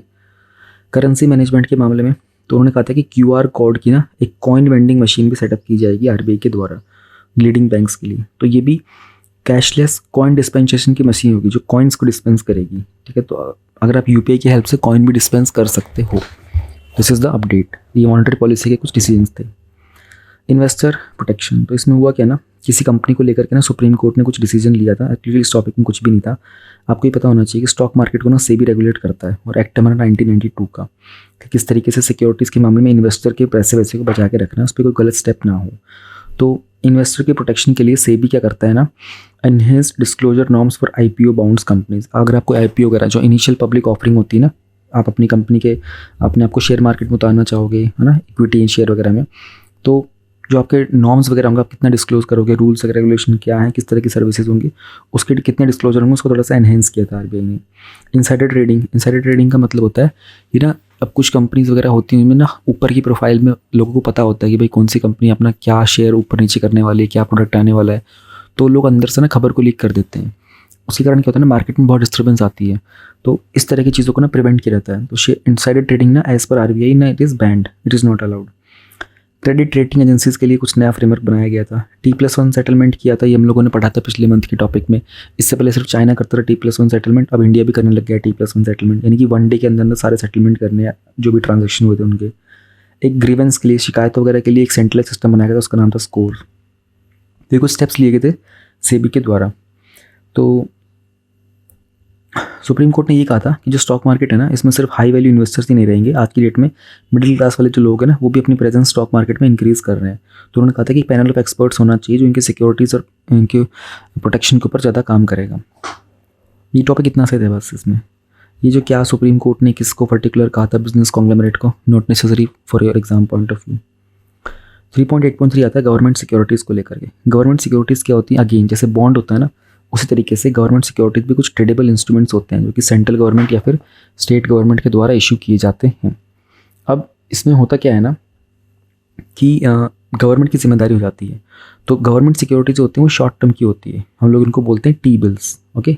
एंड सेंट्रल गवर्नमेंट ना T-बिल्स भी और बॉन्ड्स और डेटेड सिक्योरिटी सारे इशू कर सकते हैं, लेकिन जो स्टेट गवर्नमेंट होती है ना, वो सिर्फ बॉन्ड्स और डेटेड सिक्योरिटीज़ को इशू कर सकते हैं, जिनको हम लोग बोलते हैं स्टेट डेवलपमेंट लॉन्स। और भी कुछ गवर्नमेंट की सिक्योरिटीज़ होती हैं, जैसे कि कैश मैनेजमेंट बिल्स होते हैं, ये 2010 में आए थे। अगर किसी पर्टिकुलर गवर्नमेंट का कुछ बिल मैच नहीं कर रहे, भाई रेवेन्यू इतना आया था, एक्सपेंडिचर नहीं हो रहा, तो उस टाइम पर वो लोग कुछ पैसा मार्केट से उठा सकते हैं, तो using this cash management bill. तो ये जनरली टेम्परेरी मिसमैच को फुलफिल करने के लिए होता है, इनका टारगेट यही होता है। और इनका जो टाइम पीरियड होता है वो भी लेस देन 91 डेज़ का होता है। एक होता है डेटेड जी सिक्योरिटी, डेटेड मतलब एक पर्टिकुलर डेट के हिसाब से होंगे, और ये एक फिक्स्ड और फिर फ्लोटिंग कूपन पर होते हैं, यानी कि जो इंटरेस्ट रेट होगा ना इनका वेरी करता रहेगा मार्केट के हिसाब से। तो इनका जो सेटलमेंट टाइम होता है ना थोड़ा लंबा होता है, 5 साल से 40 साल तक का। ये टॉपिक न्यूज़ में इसलिए था क्योंकि गवर्नमेंट ने ना कुछ ड्राफ्ट नॉर्म्स निकाले थे कि गवर्नमेंट की सिक्योरिटीज़ में कैसे आप लैंडिंग एंड बोरोइंग करोगे। उसका फ़ायदा ये होगा कि गवर्नमेंट की सिक्योरिटीज़ के मार्केट में ना अब पार्टिसिपेशन थोड़ा इंक्रीज़ हो जाएगा। तो इस तरह के नॉर्म्स के लिए ना गवर्नमेंट की सिक्योरिटीज़ इशूज़ की जाएंगी सेंट्रल गवर्नमेंट के द्वारा एक्सेप्ट द टी बिल्स, है ना। तो उसमें लैंडिंग एंड ट्रेडिंग वगैरह अलाउड होगा बोथ सेंटर एंड स्टेट्स के ऊपर। तो ये सब स्टेप्स लिए गए थे एंड कोई भी एंटिटी जो भी एलिजिबल हो सकती है इस तरह के ट्रांजेक्शंस में, उनको जो अप्रूव्ड है आरबीआई के द्वारा वो उसमें पार्टिसिपेट कर सकते हैं। तो 1 दिन से लेकर के 90 दिन तक का टाइम पीरियड होगा। Then we have bank mergers. तो evaluating the bank mergers in India since 1987, RBI ने का एक पेपर था, उसमें उन्होंने कहा था कि बैंक जब मर्जिंग होती है ना बैंक वगैरह की, तो जो उसको एक्वायर करता है वो भी और जिस बैंक को एक्वायर किया गया दोनों को बेनिफिट मिलता है। तो एफिशिएंसी इंक्रीज होती है बैंक को एक्वायर करने से, है ना। उसका इंटरेस्ट इनकम जो होता है उसका शेयर इंप्रूव हो जाता है एंड शेयर होल्डर की वैल्यू थोड़ी सी इंक्रीज हो जाती है। तो फाइनेंशियल रिस्क कम होता है जब दो, ऑब्वियसली बात है ना, 2 बैंक मिल जाएंगे। फॉर एग्जाम्पल पीएनबी है, फॉर एग्जाम्पल एसबीआई, अगर भाई 2 बैंक मिल जाएंगे तो जाहिर सी बात है इनका फाइनेंशियल रिस्क कंपैरेटिवली कम हो जाएगा। और जो तो इसके लिए ना हमारे पास एक मर्जर्स एंड एक्विजिशंस होता है। इसका मतलब यही होता है कि 2 कंपनी जब कंबाइन करती हैं, कंबाइन करने के अलग अलग तरीके हो सकते हैं कि दोनों मिलकर के एक बड़ी अलग से नई लीगल एंटिटी बना लेंगे, या फिर ऐसा हो सकता है कि एक जो बड़ी थी ना उसने छोटी वाले को एक्वायर करके अपना पार्ट बना लिया। फ़ायदा क्या होता है ना, हमारी इकोनॉमिक्स का स्केल इंक्रीज हो जाता है, मार्केट का शेयर बढ़ेगा, डिस्ट्रीब्यूशन कैपेबिलिटीज़ बढ़ेंगी, मैन पावर की कॉस्ट रिड्यूस हो जाएगी, टैलेंट रिटेंशन ईजी होगा, फाइनेंशियल रिसोर्स बेहतर हो जाएंगे, है ना। फाइनेंशियल जो बिजनेस गैप होते हैं वो कम हो जाते हैं हमारे। प्रॉब्लम क्या आती है ना, कभी कभी ना कमिटमेंट्स वगैरह जो होती है ना एग्जीक्यूटिव की तरफ से, उसके में काफ़ी रिस्क होता है और कस्टमर की परसेप्शन में नेगेटिव इंपैक्ट जा सकता है कि यार किसी एक पर्सन ने बोला कि यार हमने तो पीएनबी में में पैसा डिपॉजिट किया था लेकिन अब तो ये एसबीआई के अंडर चला के एसबीआई बन गया, तो वो ट्रस्ट वाला इशू आ जाता है। कंपटीशन कम हो जाता है क्योंकि जो बहुत बड़े होते हैं ना, too big to fail banks, उनके ऊपर एक दे में हैव अ सिस्टमेटिक इम्पैक्ट, क्योंकि कुछ कुछ बैंक ऐसे होते हैं जो फेल अगर होते हैं ना तो इकोनॉमी में बहुत बड़ा इम्पैक्ट पड़ेगा। तो गवर्नमेंट उस तरह के बैंक्स वगैरह को सेव करने की कोशिश करती है। तो अगर ऐसे टाइम पर उनका कुछ मर्जर एक्विजिशन होता है ना तो उसमें भी प्रॉब्लम होती है, कॉम्पिटिशन फिर डिक्रीज हो जाता है। यूपीआई पे नाउ लिंकेज। तो इंडिया और सिंगापुर ने रिसेंटली ना एक इनिशिएटिव सेटअप किया था, उसका नाम था यूपीआई पे नाउ। तो जो लोग दोनों कंट्रीज़ के अंदर ना आप क्यूआर कोड की हेल्प से पैसा भेज सकते हैं using the UPI app mobile number की वजह से। तो सिंगापुर पहला कंट्री बन गया जिसने पर्सन टू पर्सन इस फैसिलिटी को इंडिया के साथ सेटअप कर लिया है। तो बेनिफिट ये होगा, भारतीय जो लोग सिंगापुर में रहते हैं ना, माइग्रेंट वर्कर्स वगैरह रहते हैं, वो फटाफट अपना फंड वगैरह ट्रांसफ़र कर पाएंगे यूजिंग दिस यूपीआई ऐप और इंस्टेंटली वो उनको दूसरे पेमेंट सिस्टम को भी यूज़ कर पाएंगे। यूपीआई क्या होता है, एनपीसीआई ने बनाया था 2016 के अंदर, पर्सन टू पर्सन आप लोग पेमेंट कर सकते हो। और जो एनपीसीआई था ना, ये भी इंडियन बैंक एसोसिएशन का एक इनिशिएटिव था under the payment and settlement systems act. पे नाउ से सिंगापुर के थ्रू बहुत फास्ट पेमेंट कर पाओगे पीयर टू पीयर। एंड इसके अलावा आरबीआई ने ना कहा था कि जो यूपीआई वाली ट्रांजेक्शंस होती है ना वो सभी G20 से आने वाले लोगों के लिए अलाउ कर दी गई थी।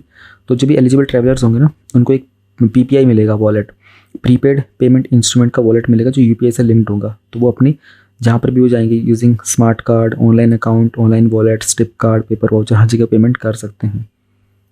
यूपीआई के क्या क्या फ़ायदे होते हैं ये सब आप देख सकते हो, बहुत ईजी है। You must be using UPI every day, तो उसमें फ़ायदे यहाँ पर पढ़ने की ज़रूरत नहीं है, आपको पता है। बेनामी एक्ट। अब ना एक हमारा एक्ट है बेनामी एक्ट 1988 का। तो ये क्यों इंट्रोड्यूस किया गया था, टू प्रोहिबिट बेनामी ट्रांजेक्शंस, बेनाम बिना नाम के transactions and give government the right to recover the benami property. Okay, लेकिन इस ऐसी कोई प्रॉपर्टी जो फिड्यूशियरी कैपेसिटी में आती होगी ना वो इस एम्बिट में नहीं आती है। Will try to understand this. Benami transaction का मतलब होता है अगर आपने कोई भी ऐसी ट्रांजैक्शन की होती है इसमें प्रॉपर्टी ट्रांसफर होती है एक पर्सन से दूसरे पर्सन के ऊपर, ठीक है ना। कंसिडर्ड पेड, उसको कंसिडर ऐसा कर लेते हो पेड, लेकिन उस पर कुछ ऐसा मेंशन नहीं होता बेनामी का। तो उसको हैंडल करने के लिए ना कोर्ट गवर्नमेंट एक एक्ट लेके आई थी। फिर हम लोगों ने 2016 में उसमें कुछ अमेंडमेंट भी किया था। हमने उसके कुछ सेक्शंस थे, है ना, पहले 9 सेक्शन थे, उनको इंक्रीज़ करके 72 सेक्शन कर दिए थे। अभी क्या हुआ ना, सेंट्रल गवर्नमेंट ने कहा कि सुप्रीम कोर्ट का ना 2022 का एक जजमेंट आया था, जिसके कारण उन्होंने कुछ पर्टिकुलर प्रोविजंस इसके ख़त्म कर दिए थे, स्टक डाउन कर दिए थे। तो सेंट्रल गवर्नमेंट ने कहा कि हम लोग इस चीज़ को रिव्यू करेंगे कि सुप्रीम कोर्ट ने कुछ पर्टिकुलर सेक्शंस को क्यों स्टक डाउन किया था। तो सुप्रीम कोर्ट का जो 2022 का वर्डिक्ट आया था ना उसमें सेक्शन 3 का क्लॉज 2 था, ठीक है ना, कि उन्होंने कहा था कि ये जो पर्टिकुलर क्लॉज था ना ये अनकॉन्स्टिट्यूशनल है क्योंकि बहुत आर्बिट्रेरी हो जाता है और ये हमारे आर्टिकल 20 जो है ना फंडामेंटल राइट उसको भी वॉयलेट करता है। कुछ प्यूनिटिव प्रोविजन थे पनिशमेंट वगैरह को लेकर के भी, तो उन्होंने कहा था कि retrospectively shall not be applied retrospectively, यानी कि जब रेट्रोस्पेक्टिव का मतलब होता है कि मान लो अगर आप 2016 में कोई एक्ट लेके आते हो और आप कहते हो कि इसमें रेट्रोस्पेक्टिव क्लॉज है, यानी कि 2016 से पहले पिछले 50 साल से जो भी नुकसान हुआ था उन सबके ऊपर पनिशमेंट अप्लाई होगी। तो सुप्रीम कोर्ट ने कहा नहीं भाई, पुराने लोगों को ऐड मत करो, आप सिर्फ प्रेजेंट वाले जो है ना उन्हीं को आप प्यूनिटिव सेक्शन में लेके आओ। तो सेंट्रल गवर्नमेंट बोल रही है कि ठीक है हम लोग ये सारी चीज़ें अब रिव्यू करेंगे। एक होता है इक्वलाइजेशन लेवी, ये वैसे आपके प्रीलिम्स में आ चुका है, तो प्रीलिम्स में दोबारा तो इसको रिपीट नहीं ही करेंगे वो, क्योंकि इसके ऊपर अपडेट आ रहा है। तो हमारा जो central board of direct taxes है ना, उन्होंने ना इक्वलाइजेशन लेवी के ना कुछ रूल्स थे, नॉर्म्स बोलते हैं रूल्स को, उनको दोबारा से अपडेट करने की बात कही थी। अभी क्या होता है ना, इसको हम लोग गूगल टैक्स भी बोलते हैं, या और एक डायरेक्ट टैक्स होता है, 2016 में आया था। तो जो भी हमारे यहाँ पर नॉन रेजिडेंट ई कॉमर्स होते हैं ना, ठीक है, तो उनके ऊपर ना 6% का हम लोग एक टैक्स लगाते हैं, क्योंकि वो ऑनलाइन एडवर्टाइजमेंट वगैरह रन करते हैं। तो 2020 के अंदर ना इसको हम लोग थोड़ा सा और एनहेंस किया था। हमने कहा था कि 2% टैक्स लगेगा कोई भी अगर रिवेन्यू वगैरह होता है ना इनका बाय नॉन रेजिडेंट ECO, ठीक है, अगर वो ई कॉमर्स वगैरह पे काम करते हैं, इंडियन रेजिडेंट से अगर पैसा कमाते हैं ना, तो उनके रेवेन्यू के ऊपर 2% का टैक्स लगेगा। अब होता क्या है ना, इन सब चीज़ों को लेकर के ना हर एक कंट्री अपने अपना टैक्स लगा रही थी। गूगल के ऊपर टैक्स है, ठीक है, एक गाफा भी लगता है, गूगल, एप्पल, फेसबुक, और क्या था इससे एक कंपनी और ना, तो हाँ मत Amazon, Google, Apple, Facebook, Amazon, GAFA tax लगता है यूरोप के अंदर।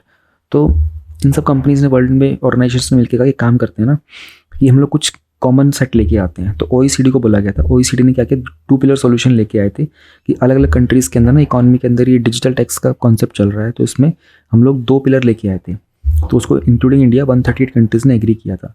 2 पिलर थे, पिलर 1 इतना इंपॉर्टेंट नहीं है आपके लिए जानना, पिलर 2 बहुत इंपॉर्टेंट है। उन्होंने कहा हम लोग ना ऑल ओवर द वर्ल्ड ना एक मिनिमम टैक्स लगाते हैं 15% का, जो भी कॉर्पोरेट के प्रॉफिट्स होंगे ना, तो ये सारी की सारी MNCs के ऊपर एप्लीकेबल होंगे जिनका रेवेन्यू 750 मिलियन यूरो से ऊपर का होता है, उनके ऊपर एक 15% का टैक्स लगाया जाएगा। अभी टॉपिक न्यूज़ में क्यों आया था, CBDT ने कहा कि इक्वलाइजेशन लेवी को सेटअप करें, क्योंकि जो OECD के जो 2 पिलर्स थे ना, ये अभी इंप्लीमेंट हुए नहीं है, इन पे काम चल रहा है। अब ये पिलर 1 क्या था, 25% जो भी रेजिडुअल प्रॉफिट होगा ना 100 लार्जेस्ट और मोस्ट प्रॉफिटेबल MNCs का, उसको दोबारा से मार्केट में रीएलोकेट कर दिया जाएगा जहाँ पर कंपनी के यूजर्स लोकेटेड हैं। बेसिकली कोई भी कंपनी है वो 15 कंट्रीज़ में अगर उसकी प्रेजेंस है, लेकिन एक कंट्री से उसका रेवेन्यू ज़्यादा हो रहा होता है, तो डिपेंडिंग अपॉन उसका जो 25% जो प्रॉफिट वगैरह होगा ना, उसको रीएलोकेट किया जाएगा जहाँ जहाँ पर भी उसकी प्रेजेंस अवेलेबल होती है। तो आप ये नहीं कह सकते कि हमारा बेसिकली जो वो होता है ना, वो ना कंट्रीज़ में कंपनीज क्या करती हैं, अपना ना प्रॉफिट ना दूसरे कंट्री में दिखाती हैं जहाँ पर उनका टैक्स कम लगता है, तो उस चीज़ से बच जाएंगे अब। तो कुछ गवर्नमेंट के द्वारा स्टेप्स लिए गए थे। वी हैव 3.8.8 ड्राफ्ट विवाद से विश्वास 2 स्कीम नोटिफाइड। तो पहले स्कीम नंबर 2 को जानने से पहले ना स्कीम नंबर 1 डाल लो। डिपार्टमेंट ऑफ एक्सपेंडिचर जो है ना, उन्होंने MSMEs जो होते हैं ना उनको कुछ रिलीफ प्रोवाइड किया था। तो विवाद से विश्वास ने स्कीम आई थी 2023-24 के बजट के लिए, नंबर 1, क्योंकि ना MSMEs जो होते हैं ना उनको कोविड-19 के टाइम पर ना बहुत सारी डिफिकल्टीज फेस करनी पड़ रही थी।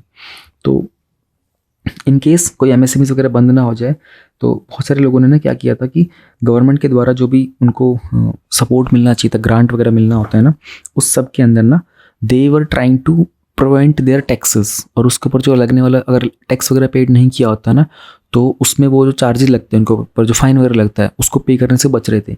गवर्नमेंट क्या बोलती, गवर्नमेंट ने कहा कि एक काम करो, हम तुम्हें एक स्कीम देते हैं, तुम एक पर्टिकुलर टाइम पीरियड के अंदर ना इतना % टैक्स पे कर दो और तुम बच जाओगे, ठीक है। यानी कि फॉर एग्जांपल अगर किसी को 100 रुपये पे करने थे आने वाले 6 मंथ्स के अंदर, तो गवर्नमेंट बोल रही यार ये ना 6 महीने में पे तो करेंगे नहीं 100 रुपये, और इनके पीछे बहुत समय बर्बाद होगा, पैसा बिल्कुल भी नहीं आएगा, ठीक है, लड़ाई झगड़ा होगा, शोर होगा, प्रोटेस्ट होगा। गवर्नमेंट ने स्मार्टली क्या किया, उन्होंने कहा एक काम करो, तुम्हारे पास 1 महीने का टाइम है, तुम ना सबके सब ना 50 रुपये पे कर दो, ठीक है, और तुम माफ़ हो जाएंगे तुम्हारे 50 रुपये। तो अब देखा जाए तो ये फ़ायदे की स्कीम थी गवर्नमेंट को, था कि अगर हम 50 मिल जाते तो 50 का तो फ़ायदा है टैक्स का, यूज़ करेंगे उसको सिटीजन के वेलफेयर के लिए, और इस तरह की स्कीम्स आती रहती हैं। तो अभी रिसेंटली ना विवाद से विश्वास स्कीम 1 के अंदर ना MSMEs को कुछ रिलीफ वगैरह प्रोवाइड किया गया। You do not have to go in deep कि क्या रिलीफ था, कितना % इन किया था। आपको ये समझना होगा कि विवाद से विश्वास की सेकंड स्कीम क्या थी। ये मिनिस्ट्री ऑफ फाइनेंस ने निकाला था कि ना कुछ भी अगर गवर्नमेंट का कोई कॉन्ट्रैक्चुअल डिस्प्यूट्स होता है ना, तो उसमें ना जहाँ पर भी कोई आर्बिट्रल अवार्ड होता है ना, और वो कोर्ट में चल रहा होता है, आर्बिट्रल मतलब अपनी मनमर्जी से कोई भी फाइनल डिग्री निकाली जाती है तो उस पर्टिकुलर इशू की, तो उसमें उन्होंने कहा था कि ना उसका एक वॉलंटरी सेटलमेंट किया जा सकता है, और ये बजट 2023-24 के तौर पर ही थी। एंड ये जो भी डिस्प्यूट्स थे ना गवर्नमेंट के और किसी पर्टिकुलर फर्म के 30 सितंबर 2022 तक के बाद के, उनको कवर करेंगे। तो कोई भी ऐसा डिस्प्यूट जहाँ पर एक पार्टी है तो गवर्नमेंट है, या फिर उसकी कोई गवर्नमेंट की बॉडी हो सकती है, कोई central autonomous body, public sector bank, PSCs हो सकते हैं, है ना, उन सब के अंदर ये अवेलेबल होगा। तो इसमें एक ग्रेडेड सेटलमेंट होगा। ग्रेडेड का मतलब होता है एक लेवल बाय लेवल, ठीक है, एक लेवल पर इतना, एक लेवल पर इतना, एक लेवल पर इतना, एक ग्रेडेड सेटलमेंट करेंगे तो जो भी डिस्प्यूट में पेंडिंग चल रहा होगा। और इसके लिए इसको इम्प्लीमेंट किया जाएगा गवर्नमेंट ई मार्केट प्लेस से।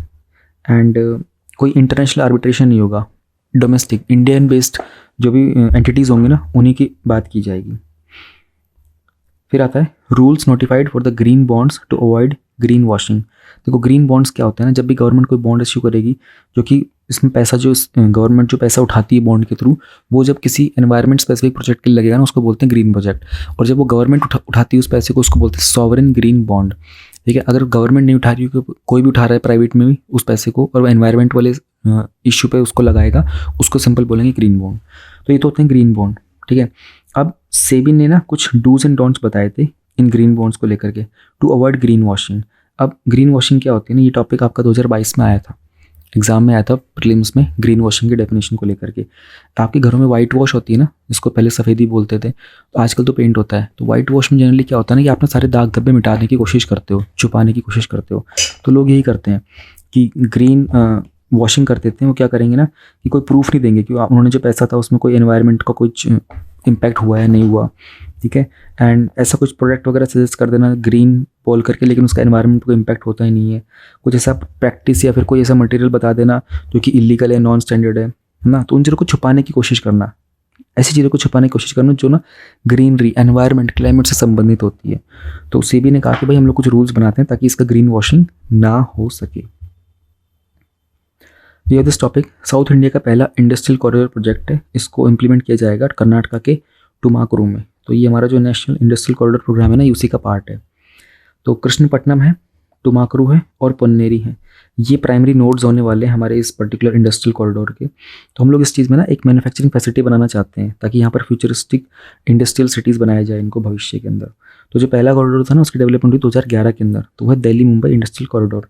फिर बाद में इसमें अमृतसर, कोलकाता, वाइजैग, ईस्ट कोस्ट, चेन्नई वगैरह इन सबको हम लोगों ने ऐड किया था। फ़ायदा क्या होता है ना, ग्लोबल लेवल का जो मैन्युफैक्चरिंग स्टैंडर्ड्स होते हैं ना, उनको हम लोग इंप्लीमेंट करना स्टार्ट करते हैं। हमारी कंट्री का भी मैन्युफैक्चरिंग पोटेंशियल बहुत अच्छा है और उसका जीडीपी में कंट्रीब्यूशन भी और हमको इंक्रीज़ करना होगा, तो वहाँ सपोर्ट मिलता है। Group standards for the millets. अब मिलेट्स क्या होते हैं, 2023 का हमारा international year of millets celebrate किया जा रहा है। ठीक है ना, तो food and safety standards authority of India ने ना एक कॉम्प्रिहेंसिव ग्रुप बनाया था स्टैंडर्ड्स का, कि 15 टाइप के मिलेट्स स्पेसिफाई किए थे, उनके 8 क्वालिटी पैरामीटर्स थे, उनकी कितनी अच्छी क्वालिटी होंगी, तो ग्लोबल मार्केट के अंदर और डोमेस्टिक मार्केट के अंदर। ठीक है, तो उसमें कौन से थे, जो ग्रुप स्टैंडर्ड होगा वो होगा amaranthus, buckwheat, finger millet, foxtail millet, pearl millet etcetera पर 8 पिरामिड्स। मिलेट्स क्या होते हैं, generally small grain cereal food crops ही होते हैं। तो मैंने रिसेंटली जो PT 365 करवाई है ना एनवायरनमेंट की, उसमें भी टॉपिक हम लोगों ने कवर किया था। तो चाहो तो वहाँ से मतलब PT 365 तो एक बार पढ़ ही लेना आप लोग। मिलेट्स वाला टॉपिक 2023 के लिए बहुत इंपॉर्टेंट है। तो यहाँ पर हमारा खत्म होता है news in short from the economy section. Recently जो मेंस का एग्जाम हुआ था उसमें मोर देन 20 क्वेश्चंस थे जो इन गिवन माइंड मैप से डूएबल थे। अगर आपको भी इस तरह के माइंड मैप्स कलेक्ट करने हैं and you want more than 900 of such mind maps जो आपको एग्जाम में एक एक्स्ट्रा एज दे सकते हैं, then download link of all these 900 plus mind maps is given in the description of this video. Topic number 4.1 is about maritime security in the security section. तो recently ना एक MOU मतलब होता है agreement होता है, साइन किया गया था बिटवीन RCOC एंड IFC-IUR। तो IFC-IUR जो है इंडियन नेवी का है और RCOC जो है ना ये सेशल्स का रीजनल कोऑर्डिनेशन ऑपरेशन सेंटर है। तो will try to understand what is IFC-IUR। सबसे पहले जान लेते हैं इंडियन ओशन और मैरीटाइम सिक्योरिटी को। तो this is the Indian ocean. यहाँ पर आपको मेजरली जो चीज़ दिखाई देंगी वो आएंगी, एक स्टेट ऑफ मलक्का है, एक स्टेट ऑफ हॉर्मुज है और एक स्टेट ये बले मंदब है। तो ये ना चॉक पॉइंट्स है, जियोपॉलिटिकली बहुत स्ट्रॉन्ग पॉइंट्स है। नोटेबली 3 चीज़ें हैं, ये वर्ल्ड के मोस्ट इंपॉर्टेंट चॉक पॉइंट्स हैं। एंड अगर इस पूरे रीजन की बात करें हम लोग, तो यहाँ पर ऑलमोस्ट वर्ल्ड की 1/3 पॉपुलेशन है, 25% यहाँ वर्ल्ड का लैंड मास है और 40% यहाँ वर्ल्ड का ऑयल एंड गैस रिजर्व भी पाए जाते हैं। तो 80% जो वर्ल्ड का सी बोन ट्रेड होता है ना ऑयल ट्रांजिट के अंदर, वो इस इंडियन ओशन के इन 3 चॉक पॉइंट्स के थ्रू ही गुजरता है, state of Hormuz, state of Malacca और बले मंदब से। तो इंडियन ओशन का जो अब ये पूरा का पूरा इंडिया की जो कोस्टल बाउंड्री है ना, ये 7,517 किलोमीटर की, एंड इसमें 3 साइड पर इंडियन ओशन सराउंड करता है। तो चैलेंजेस क्या है यहाँ पर, इकोनॉमिक चैलेंजेस में ट्रेड रूट्स का इशू है, रिसोर्सेज की अवेलेबिलिटी एंड एक्सप्लोटेशन है, जो भी मैरीटाइम और कोस्टल सिक्योरिटी के मेजर्स होते हैं वो कितने एफिशिएंट हैं। चाइना और US यहाँ पर अपने पैर फैलाने की कोशिश कर रहे हैं। पायरेसी, रॉबरी वगैरह ये भी सारे यहाँ पर एक मेजर इशू हमारे लिए बने रहते हैं। सबसे ज़्यादा तो यही होते हैं एक्चुअल में डिस्टर्बिंग। सिक्योरिटी फ्रेमवर्क के इश्यूज़ हैं, काफ़ी अप्रोच फ्रेगमेंटेड टुकड़ों में बटी हुई है। क्लाइमेट चेंज हो रहा है तो एनवायरनमेंट का इंपैक्ट देखने को मिलता है वहाँ की एक्वेटिक लाइफ पर भी। चॉक पॉइंट्स हम लोगों ने देख ही लिए थे। कभी कभी ऑर्गेनाइज क्राइम्स भी देखने को मिल जाते हैं थ्रू दीज रूट्स। कुछ एक 5 पॉइंट फ्रेमवर्क था, ये हम लोग खैर नीचे पढ़ेंगे 5 पॉइंट फ्रेमवर्क, ये यहाँ पर पढ़ेंगे मैरीटाइम सिक्योरिटी का बाय इंडिया। ठीक है, अभी जान लेते हैं ये जो एग्रीमेंट साइन किया गया ना रिसेंटली MOU, ये किसके बीच में था। तो 2018 में ना हम लोगों ने ना एक सिक्योरिटी सेंटर सेटअप किया था जिसमें बहुत सारे मल्टीनेशनल मैरीटाइम सिक्योरिटी सेंटर्स के लिंक बनाए गए थे। तो उसमें ना होस्ट जो है ना वो इंटरनेशनल लाइजन ऑफिसर्स है 12 कंट्रीज से। तो कौन सी कंट्रीज है? Australia, France, Italy, Japan, Maldives, Mauritius, Myanmar, Sri Lanka, Seychelles, Singapore, UK and US के। तो इन सब का काम क्या होता है ना, ये वाइट शिपिंग के ऊपर ना इंटेलिजेंस डिसेमिनेट करते हैं। वाइट शिपिंग का मतलब क्या होता है? जहाँ पर आपके कमर्शियल या फिर नॉन मिलिट्री जो मर्चेंट वेसल्स होते हैं ना, इनकी मूवमेंट और आइडेंटिटी को लेकर के जो इन्फॉर्मेशन होती है ना, वो सारी की सारी की उसी को वाइट शिपिंग बोलते हैं। तो रिसेंटली जो MOU साइन किया गया था ना सेशेल के साथ में, तो यहाँ पर दोनों सेंटर ना आपस में डोमेन अवेयरनेस पे काम करेंगे, इन्फॉर्मेशन और एक्सपर्टीज शेयर करेंगे, फिर एक कॉमन मैरीटाइम अंडरस्टैंडिंग डेवलप करना चाहेंगे। तो RCOC ना इंडियन ओशन कमीशन के साथ भी कोऑर्डिनेट करेगा। एंड हमारा जो इंडिया का सागर वाला इनिशिएटिव है ना, इसको भी हम लोग और मजबूत करेंगे थ्रू दिस। तो ये IOC, इंडियन ओशन कमीशन और सागर क्या है ये भी ज़रा देख लेते हैं। सागर का जो कॉन्सेप्ट था ना 2015 में आया था, हमारा जो मैरीटाइम इंटरेस्ट है ना उसको मजबूत करने के लिए। तो इसमें हम लोग काउंटर पायरेसी एक्शंस भी करते हैं और उसके अलावा ट्रेड, टूरिज्म, इंफ्रास्ट्रक्चर के ऊपर भी काम करते हैं। तो एक एनवायरनमेंट क्रिएट करते हैं using SAGAR of peace and stability. SAGAR की फुल फॉर्म है security and growth for all in the region. एक इंडियन ओशन कमीशन भी है 1982 का। ध्यान रहे इंडियन ओशन कमीशन में इंडिया एक ऑब्जर्वर मेंबर के तौर पर है। ये एक इंटर गवर्नमेंटल ऑर्गेनाइजेशन है जिसमें Seychelles, Madagascar, Comoros, Mauritius, Reunion island, France की जो टेरिटरीज हैं इंडियन ओशन रीजन में वो सब इसका पार्ट है। तो साउथ वेस्टर्न इंडियन ओशन में मेजरली वहाँ पर जो भी मैरीटाइम गवर्नेंस का कोऑर्डिनेशन करना होता है वो सब किया रहता है इंडियन ओशन कमीशन के द्वारा। Then let us try to understand कि मैरीटाइम सिक्योरिटी के लिए अभी तक हम लोगों ने क्या कुछ इनिशिएटिव लिए थे। तो 2 लेवल पर इनिशिएटिव लिए गए थे, एक था ग्लोबल लेवल पर और एक इंडिया लेवल पर। ग्लोबल लेवल के ऊपर ना हम लोगों ने 1982 में एक UN क्लोज बनाया था, यानी कि कन्वेंशन हुआ था जिसमें laws of the sea define किए गए थे कि वर्ल्ड के जो ओशियन और सीज है ना उनको लॉ एंड ऑर्डर में कैसे मेंटेन करना, उसके लिए हम लोगों ने कॉम्प्रिहेंसिव रेजिम बनाया था। फिर हमारे पास IOC ARC था, Indian ocean rim association for regional cooperation. इसमें हम लोग ट्रेड लिबरलाइजेशन यानी कि ट्रेड में लिबर्टी लाने के लिए, बैरियर्स को रिड्यूस करने के लिए कितना ज़्यादा टेक्निकल कोऑपरेशन कर सकते हैं और डायलॉग कर सकते हैं।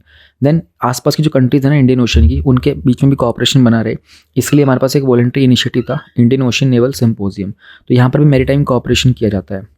Then we have this BIMSTEC. BIMSTEC is Bay of Bengal Initiative for Multi-Sectoral Technical and Economic Cooperation. इसके अलावा इंडिया ना कुछ मिलिट्री एक्सरसाइजेस भी करता है, जैसे एक होता है बायलेटरल यानी कि 2 कंट्रीज़ के बीच में, लाइक संप्रीति करता है बांग्लादेश के साथ, एक होती है मल्टीलेटरल, मालाबार टाइप की करता है जिसमें मल्टीपल कंट्रीज़ होती हैं।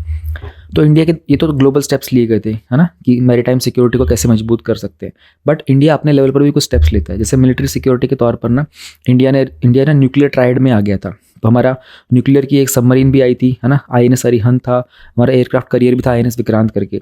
तो इंडिया इस रीजन में ना नेट सिक्योरिटी प्रोवाइडर है। नेट सिक्योरिटी प्रोवाइडर का मतलब होता है चाहे नेचुरल डिजास्टर हो है ना, चाहे एंटी पायरेसी वगैरह करना हो, चाहे सिक्योरिटी कैपेबिलिटी को मजबूत करना हो है ना, चाहे डोमेन अवेयरनेस हो, चाहे हाइड्रोग्राफिक सर्वे हो, इंडिया हर एक लेवल पर ना पार्टिसिपेट करता है और मोस्टली इसमें इंडियन नेवी का पार्टिसिपेशन होता है। इसको बोलते हैं हम लोग net security provider. Ministry of home affair की तरफ से ना एक कोस्टल सिक्योरिटी स्कीम भी आई थी जहाँ पर पेट्रोलिंग और सर्विलेंस को मजबूत किया जाता है कोस्टल एरियाज में। देन हमारे पास एक नेशनल कमेटी भी है to of strengthening maritime and coastal security. Then joint operation centres हैं, उसके अलावा फिर इंटर एजेंसी कोऑर्डिनेशन होता है, N3CI है ना, MAMSG हैं, NMSC, इन सब के नाम सारे याद रखने ज़रूरी नहीं है। इंडिया के इनिशिएटिव में सिर्फ आप 3 याद रख लो क्योंकि मेंस में इतना ही लिख पाओगे। इसके अलावा एक प्रोजेक्ट मौसम था कम्युनिकेशंस को रीएस्टेब्लिश करने के लिए, सस्टेनेबिलिटी के लिए हम लोग यहाँ पर ब्लू इकोनॉमी के इनिशिएटिव को प्रमोट कर रहे हैं। सागरमाला का इनिशिएटिव से हम लोग यहाँ पर मैरीटाइम इंफ्रास्ट्रक्चर को प्रमोट करते हैं। फिर HADR का था जिसमें वैक्सीन मैत्री भी थी, 90+ कंट्रीज़ को हम लोगों ने वैक्सीन प्रोवाइड की थी। ये तो मैंने आप लोगों को IR का जो टॉपिक करवाया था ना अभी, ये पिछली जो वीडियो थी इससे, उसमें आपको एक्सप्लेन किया ही था। तो what we can do further ना कि हम लोग अपनी कॉपरेशन को और बेहतर कर सकते हैं ताकि हमारे जो ऑपरेशन लॉजिस्टिक्स है ना उसके तहत हम लोग अपनी जो भी इंटरनेशनल ट्रीटीज़ है उनको बेहतर तरीके से इंप्लीमेंट कर पाएंगे। लोगों को जागरूक करना बहुत ज़रूरी है कि जो भी आसपास में होने वाले स्ट्रेंज इंसिडेंट्स हैं उनको लेकर के जो भी फिशिंग कम्युनिटी है वो वहाँ की रिस्पॉन्सिबल अथॉरिटी को इन्फॉर्म करते रहे। तो लोगों में जागरूकता ज़रूरी है। टेक्नोलॉजिकल एडवांसमेंट लेके आ सकते हैं, किसी भी तरह का कोई एनिमी अटैक हो ओशियंस में पहले उसको प्रेडिक्ट करना, उसको फिर प्रिवेंट करना भी। तो इसके कारण हम लोग अपनी नेवी को मॉडर्नाइज भी कर सकते हैं।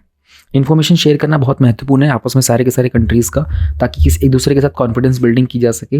और पॉलिसी मेकिंग पर अगर काम करेंगे तो हम लोग अपनी इंडियन फॉरेन पॉलिसी के अंदर एक वेल डिफाइंड पॉलिसी ऐड कर सकते हैं with respect to maritime issues. ये वाला टॉपिक हो गया हमारा मैरीटाइम सिक्योरिटी का। इधर ना मेंस एंड प्रीलिम्स के अंदर एक मिक्स आएगा, like this portion is of prelims point of view, right. So this portion map is again of prelims point of view and challenges is of mains point of view. अच्छा, 5 point framework था कि भाई आपको free maritime trade को free करने की कोशिश करो, डिस्प्यूट्स वगैरह को पीसफुली सेटल करने की कोशिश करो, कनेक्टिविटी को और ज़्यादा इंकरेज करो रिस्पॉन्सिबल तरीके से. कोई भी मैरीटाइम थ्रेट होता है उसको आप मिल करके कलेक्टिवली कॉम्बैट करना स्टार्ट करो. एनवायरनमेंट को प्रिजर्व करना बहुत इंपॉर्टेंट है, खास करके जो मैरीटाइम रिसोर्सेज है उनका ओवर एक्सप्लोटेशन नहीं होना चाहिए. This is again mains point of view. Then moving further, initiatives mains point of view. Indian initiatives again mains point of view. Way forward prelims point of view, sorry way forward भी again mains point of view से होता है. ये जो सागर और IOC है ना, Indian Ocean commission, ये अगेन आप प्रीलिम्स कैटेगरी में रख सकते हो. देखो ऐसा कोई 100% श्योर नहीं होता है प्रीलिम्स का मेंस का, लेकिन मैं आपको ऊपर का एक बता देता हूँ. बट कभी हो सकता है कि ये टॉपिक जैसे प्रीलिम्स का है, मे बी वो अब आप जब भी आप मैरीटाइम का कुछ लिखोगे तो सागर इनिशिएटिव का नाम तो लिखोगी, जाहिर सी बात है. बट ऐसा होता है सागर इनिशिएटिव को लेकर के भाई IOC को लेकर के एक क्वेश्चन शायद आया भी था पहले, तो प्रीलिम्स के क्वेश्चन बन जाते हैं कमीशंस के, काउंसिल्स के, एटसेट्रा एटसेट्रा. टॉपिक नंबर 4.2 है हमारे पास, डिफेंस एक्सपोर्ट इन इंडिया. तो रिसेंटली हमारे प्रधानमंत्री जी ने एक टारगेट सेटअप किया था कि 2024-25 तक ना हम लोग अपना डिफेंस का जो एक्सपोर्ट है ना उसको $5 बिलियन तक लेके जाएंगे. और ये अनाउंसमेंट उन्होंने की थी एरो इंडिया 2023 में. तो पहली बार टारगेट जो बनाया गया था ना इस तरह का एक्सपोर्ट का, वो बनाया गया था 2018 में. हम लोगों ने एक डिफेंस प्रोडक्शन पॉलिसी बनाई थी. तो हमारा एम था उस टाइम पे कि इंडिया को ना नेट इंपोर्टर की जगह नेट एक्सपोर्टर बनाने का हमारा एम है. तो राइट नाउ इंडिया एक्सपोर्ट करता है अपने डिफेंस इक्विपमेंट ऑलमोस्ट 75 कंट्रीज़ को. डिफेंस एक्सपोर्ट का इकोसिस्टम होता है, यानी कि हमारी बहुत सारे डायमेंशंस में ना हम लोग डिफेंस के जो मटेरियल होते हैं ना, इक्विपमेंट्स होते हैं, उनको वाया MOUs हम लोग दूसरी कंट्रीज़ को प्रोवाइड करते हैं.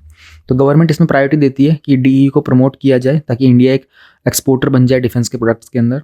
और हमारे इसके लिए हम लोगों को क्या क्या चाहिए होगा, हमको एक्सपोर्ट का इंफ्रास्ट्रक्चर बनाना पड़ेगा, हम लोगों को इंटेलिजेंस सिस्टम क्रिएट करना पड़ेगा, है ना, इंफ्रास्ट्रक्चर मजबूत चाहिए होगा, इनको रेगुलेट करने के लिए एजेंसीज बनानी पड़ेंगी ताकि अप्रूवल वगैरह टाइम से हो सके. R&D पे काम करना पड़ेगा ताकि state of the art best quality के हम लोग प्रोडक्ट्स बना सकें इंडिया के अंदर. फ़ायदा क्या होगा, देखो हमको एक डिप्लोमेटिक लेवरेज मिल जाएगी. जब भी हमारे को कोई इशू होगा ना, कुछ ऐसा कॉन्फ्लिक्ट होगा, तो जिस कंट्री के पास ज़्यादा बेटर डिफेंस इक्विपमेंट्स होते हैं ना उनको हमेशा एक लेवरेज मिलता है. फिर हम लोग दूसरे कंट्री के साथ मिलकर के अपॉर्चुनिटीज़ क्रिएट कर सकते हैं जॉइंट मैन्युफैक्चरिंग की. एंड अगर हाई वैल्यू को एक्सपोर्ट करेंगे तो उससे रिटर्न भी बहुत सारा मिलेगा. फिर इस कारण से हम लोग को अपना रिसर्च और डेवलपमेंट का बेस को और मजबूत करना पड़ेगा. तो इंडिया की तरफ से जो मोस्टली 3 एक्सपोर्ट डेस्टिनेशंस है ना जो टॉप पे हैं, वो है म्यांमार, श्रीलंका एंड अर्मेनिया. अगर हम लोग किस दिन इसको रिप्लेस कर देते हैं ना, लाइक रशिया, चाइना, फ्रांस, तो इंडिया बहुत द मोस्ट पावरफुल बन जाएगा, इंडिया उस दिन सुपर पावर बन जाएगा. तो ये हमारा एम है. अब हमें कुछ चीज़ समझनी होगी कि जब हम डिफेंस का एक्सपोर्ट करते हैं तो चैलेंजेस क्या आते हैं. तो क्रेडिबिलिटी बहुत ज़्यादा आती है. इंडिया ऑलरेडी दूसरी कंट्रीज़ के ऊपर डिपेंडेंट है, लाइक USA के ऊपर, रशिया के ऊपर, फ्रांस के ऊपर, है ना, अपने एडवांस वेपन्स के लिए. फिर पब्लिक सेक्टर के ऊपर ज़्यादा रिलायंस है, गवर्नमेंट के ऊपर ज़्यादा रिलायंस है. इसमें प्राइवेट सेक्टर का इन्वेस्टमेंट जो है ना वो अभी इनिशियल स्टेजेस पर चल रहा है. जैसे कि हमारा DRDO होगा, गवर्नमेंट का है, एंड OFBs होते हैं, ordnance factory boards, Hindustan aeronautics, ये सब कुछ जो है ना ये गवर्नमेंट सेक्टर के हैं. फिर डिप्लोमेटिक इश्यूज़ होते हैं. अभी तक इंडिया को ऐसी अपॉर्चुनिटी नहीं मिल पाई है for the proactive diplomatic efforts की.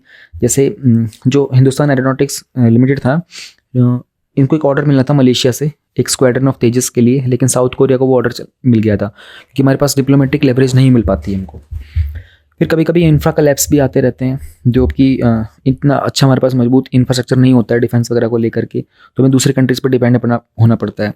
R&D हमारा वीक है. DRDO is one of the only prominent organisation जो इस पर काम करती है. अगर यहाँ पर हम लोग प्राइवेट सेक्टर की R&D को ऐड कर देंगे तो शायद यहाँ बूस्ट मिल जाएगा. फिर दूसरी कंट्रीज के साथ कंपटीशन होता है. US और फ्रांस हमेशा नई नई टेक्नोलॉजी डेवलप करते रहते हैं. China is also one of the countries जो ऐसी टेक्नोलॉजी पे काम करता रहता है. फिर बहुत सारे एक्सपोर्टर्स हैं, वो अभी तक अपना ड्यूटी ड्रॉबैक बेनिफिट के ऊपर काम नहीं कर पाए. अभी ड्यूटी ड्रॉबैक बेनिफिट क्या होता है, will try to understand. Duty drawback यानी कि जब भी आपको कोई चीज़ इंपोर्ट करते हो ना आप दूसरी कंट्री से, तो आपको उसके ऊपर कुछ ना कुछ ड्यूटी पे करना पड़ता है. तो इसमें बहुत सारे मटेरियल्स होते हैं, गुड्स एंड मैन्युफैक्चर जो इंडिया में होते हैं, एक्सपोर्ट हो रहे होते हैं, तो उसके ऊपर एक रिबेट होता है, rebate for the duty chargeable on any imported material. ठीक है, उसको बोलते हैं हम लोग ड्यूटी ड्रॉबैक. तो ये आसान सा की टर्म है और ऐसे की टर्म ना मिस मत किया करो. This is very very important. ठीक है, एक स्क्वाड्रन का भी की टर्म है. स्क्वाड्रन बेसिकली ना एयरक्राफ्ट के लिए यूज़ करते हैं. तो एक स्क्वाड्रन के अंदर 18 एयरक्राफ्ट होते हैं, और हमारी जो इंडियन एयरफोर्स है ना उसके जो एक सैंक्शन स्ट्रेंथ है ना वो है कि 42 स्क्वाड्रन्स हमारे पास होने ही होने चाहिए, जबकि इतने हैं नहीं हमारे पास. सैंक्शन 42 है लेकिन अवेलेबल इतने नहीं है. तो इंडिया ने अपने डिफेंस के एक्सपोर्ट को मजबूत करने के लिए क्या कुछ स्टेप्स लिए थे। 2014 का जो हमारा इनिशिएटिव था ना, मेक इन इंडिया का, वो एनीवे डिफेंस इंडस्ट्री को बहुत मेजरली टारगेट करता ही करता है। हम लोगों ने 2 डिफेंस के इंडस्ट्रियल कॉरिडोर्स भी बनाए थे, यूपी में और तमिलनाडु में। फॉरेन इन्वेस्टमेंट हम लोगों ने 100% FDI अलाउ कर दिया था, ऑटोमेटिक रूट, और उसमें 74% तक था, और 100% हम लोगों ने गवर्नमेंट रूट से किया था। देखो, ऑटोमेटिक का मतलब होगा कि जब दूसरी कंट्री से कोई पैसा लगाना चाहेगा ना इंडिया की डिफेंस की इंडस्ट्री में, तो उसको 74% तक ऐसे सेक्शंस है जहाँ पर 74% तक पैसा वो लगाएगा जो, तो उसमें उसको परमिशन लेने की ज़रूरत नहीं पड़ेगी। जो गवर्नमेंट रूट वाला होता है ना, उसमें उसको गवर्नमेंट की पर्टिकुलर जो डेडिकेटेड मिनिस्ट्री होती है ना, वहाँ से परमिशन लेनी पड़ती है। तो इस तरह की चीज़ों से इंडिया वर्ल्ड में एक डिफेंस इंडस्ट्री में ग्लोबल प्लेयर बन सकता है। फिर हम लोगों ने पार्टनरशिप भी की हुई है डिफेंस पार्टनरशिप कंट्रीज़ के साथ। जैसे इंडिया का कल्याणी ग्रुप है ना, उसने इजराइल का जो रफाइल एडवांस सिस्टम्स है ना, उनके साथ पार्टनरशिप की हुई है। हम लोगों ने डिफेंस प्रोडक्शन में काफ़ी सारे रिफॉर्म्स लेके आए थे। तो हम लोगों ने 41 ऑर्डिनेंस फैक्ट्री बोर्ड को 7 पब्लिक सेक्टर यूनिट में कन्वर्ट कर दिया था। देन सपोर्ट स्कीम्स होती हैं, इनिशिएटिव्स होती हैं, जैसे PLI था। जब भी आप कोई PLI का मतलब होता है कि 4 से 6% तक का ना आप लोगों को ना इंसेंटिव मिलता है। अगर आपकी कंपनी कुछ बेहतर चीज़ प्रोड्यूस करती है, उसके ऊपर इतना प्रॉफिट मिलता है ना, तो उसके ऊपर गवर्नमेंट आपको कुछ इंसेंटिव देती है। R&D के मामले में हम लोगों ने 2022-23 के लिए गवर्नमेंट ने कहा था कि 25% जो डिफेंस का बजट होगा ना, वो रिसर्च में जाएगा, वो भी प्राइवेट सेक्टर के। तो these are all the steps that have been taken so far, और ये पूरा का पूरा मेन्स पॉइंट ऑफ व्यू से बहुत इंपॉर्टेंट है। देन वे फॉरवर्ड क्या हो सकता है, वी कैन सपोर्ट MSMEs, है ना। वहाँ पे स्टार्टअप्स को हम लोग, उनका एक्सपोर्ट पोटेंशियल बहुत अच्छा हो सकता है, उन पे हम काम कर सकते हैं। हम लोगों को प्रमोशन पे, FDI पे, ईज ऑफ डूइंग बिजनेस पे काम करना पड़ेगा। हमको ज़्यादा से ज़्यादा मैन्युफैक्चरिंग सेटअप्स इंडिया में लगाने पड़ेंगे। R&D के लिए हम लोग अभी राइट नाउ DRDO के ऊपर ज़्यादा डिपेंडेंट है, हम लोग उसकी और भी एक्सपेंशन कर सकते हैं। क्वालिटी के लिए हम लोग टेस्टिंग इंफ्रास्ट्रक्चर के ऊपर काम कर सकते हैं, ताकि हमारी जो एक्सपोर्ट का प्रोडक्ट होगा वो उसकी बेहतरीन तरीके से उसको तराशा जा सके। We can have this export promotion council. ये अपने आप में एक सेटअप है जिसमें एक्सपोर्ट प्रमोशन ऑफिसर्स वगैरह होते हैं जो पॉलिसी को समझते हैं, एंड दूसरी कंट्रीज़ को भी और इंडिया को भी उसके तरीके से वो सजेस्ट करते हैं कि कैसे हम लोग क्या कुछ बदलाव करने हैं। We can work on the promotion of Indian products, है ना। इंडिया का जो डिफेंस सेक्टर है उसको ट्रेड फेयर में, और ये BSM होते हैं, बाय सेलर मीट होती है ना, इंक्यूबेशन अपॉर्चुनिटीज़ होती हैं, उन सब में ले जाकर हम लोग इसको प्रमोट कर सकते हैं कि this is the product that we have and we want to share it with the world. तो we have to express it. कहते हैं ना कि मार्केटिंग में जो दिखता है वो बिकता है, हमें दिखाना पड़ेगा कि हमारे पास ये सब चीज़ें हैं। तो ये जो 3 कंट्रीज़ हैं, अभी ये कंट्री से आप कितना हम एक्सपोर्ट कर लेंगे, हमारा एम अभी भी 2024-25 तक बस 5 बिलियन का ही है, तो बहुत कम है। हम लोग अगर इसको 2030 तक और बेहतर करें, 2030 तक हम लोग इसको कम से कम $20 बिलियन तक लेके जाएंगे, तो और भी बेहतर हो सकता है। खैर, ये चीज़ हो जाएंगी प्रोवाइडेड जो भी हम लोगों ने स्टेप्स नीचे लेने थे। तो ये जो पूरा का पूरा टॉपिक है ना, everything in this topic revolves around mains point of view, पूरा का पूरा। तो अभी 4.3 टॉपिक है हमारा न्यूज़ इन शॉर्ट। ये आज की वीडियो का लास्ट पार्ट होगा। वाइब्रेंट विलेज प्रोग्राम स्कीम है, तो रिसेंटली ये सेंट्रल स्पॉन्सर्ड स्कीम है। स्पॉन्सर्ड का मतलब है कि सेंट्रल गवर्नमेंट इसमें आधा पैसा देगी, रिमेनिंग पैसा पर्टिकुलर स्टेट गवर्नमेंट देगी। तो 2025-26 तक के लिए इसको लॉन्च किया गया है हिमाचल प्रदेश, उत्तराखंड, अरुणाचल प्रदेश, सिक्किम और लद्दाख के अंदर। तो ये हमारे जो नदर्न लैंड की जो बॉर्डर्स हैं ना, वहाँ पर जो गांव हैं उनके लिए है। तो इसमें ना फंड दिए जाएंगे कि वहाँ पर जो भी रिक्वायर्ड इंफ्रास्ट्रक्चर वगैरह है, लाइवलीहुड की अपॉर्चुनिटीज़ है ना, उनको डेवलप किया जाएगा। तो वहाँ के लोगों की क्वालिटी ऑफ लाइफ इंप्रूव करनी है, ताकि वहाँ के लोग जो आउट माइग्रेशन करते हैं ना, बाहर निकल के जाते हैं, उनका जाना बंद हो जाए। तो ये स्कीम है, इसको डिस्ट्रिक्ट एडमिनिस्ट्रेशन सेटअप करेगा और ग्राम पंचायत की मदद ली जाएगी। इसमें हब एंड स्पोक मॉडल का इस्तेमाल किया जाएगा। यूथ एंड विमेन एम्पावरमेंट पे काम करेंगे और एंटरप्रेन्योरशिप को प्रमोट करेंगे। तो फाइनेंशियल एलोकेशन राइट नाउ अभी इसमें 4800 करोड़ का है, जिसमें से 2500 करोड़ जो है वो सड़कों पे इस्तेमाल होगा। एंड 100% जो भी सेंट्रल और स्टेट की स्कीम्स होती हैं उन सबको भी सेचुरेशन पे भी वो भी इंश्योर किया जाएगा, वो भी इसमें इंप्लीमेंट हो। तो बॉर्डर एरिया डेवलपमेंट एक प्रोग्राम होता है जहाँ पर जो लोग रिमोट और इनएक्सेसिबल एरियाज़ में रहते हैं ना, उसके साथ इसको ओवरलैप नहीं किया जाएगा। तो हमारा एम है कि इसके कारण फिर ऑल वेदर रोड्स बन जाएंगे, ड्रिंकिंग वाटर अवेलेबल होगा, 24/7 इलेक्ट्रिसिटी अवेलेबल होगी, टूरिज्म से रिलेटेड जो भी फैसिलिटीज़ चाहिए होती हैं वो सब वहाँ पर अवेलेबल होंगे। कुछ और भी डिसीजन लिए गए थे हमारे कैबिनेट के द्वारा, है ना, इंफ्रास्ट्रक्चर को पुश करने के लिए अलॉन्ग दी बॉर्डर। तो एक शिंकुला टनल है जो कि हिमाचल प्रदेश और लद्दाख के बीच में 4 किलोमीटर की उसका अप्रूवल मिला था। एंड एक अप्रूवल रेजिंग 7 नए बटालियंस को रेज करने की बात की गई थी ITBP के अंदर। तो ITBP जो है ना वो CAPF है, हमारा सेंट्रल आर्म्ड पुलिस फोर्स है। It works under ministry of home affairs. We have this SOP for highway projects in the near border areas. SOP का मतलब होता है स्टैंडर्ड ऑपरेटिंग प्रोसीजर। तो मिनिस्ट्री ऑफ एनवायरनमेंट ने ना एक SOP निकाला था भाई, एक स्टैंडर्ड ऑपरेटिंग प्रोसीजर बता दिया था कि बॉर्डर एरियाज़ के अंदर हाईवेज किस तरीके से बनाए जाएंगे। तो उसमें उन्होंने कहा कि इसमें एनवायरमेंटल सेफगार्ड्स का ध्यान रखा जाएगा। जब भी टनलिंग बनानी होगी, ड्रिलिंग करना होगा, तो उसमें कुछ प्रिकॉशंस लिए जाएंगे।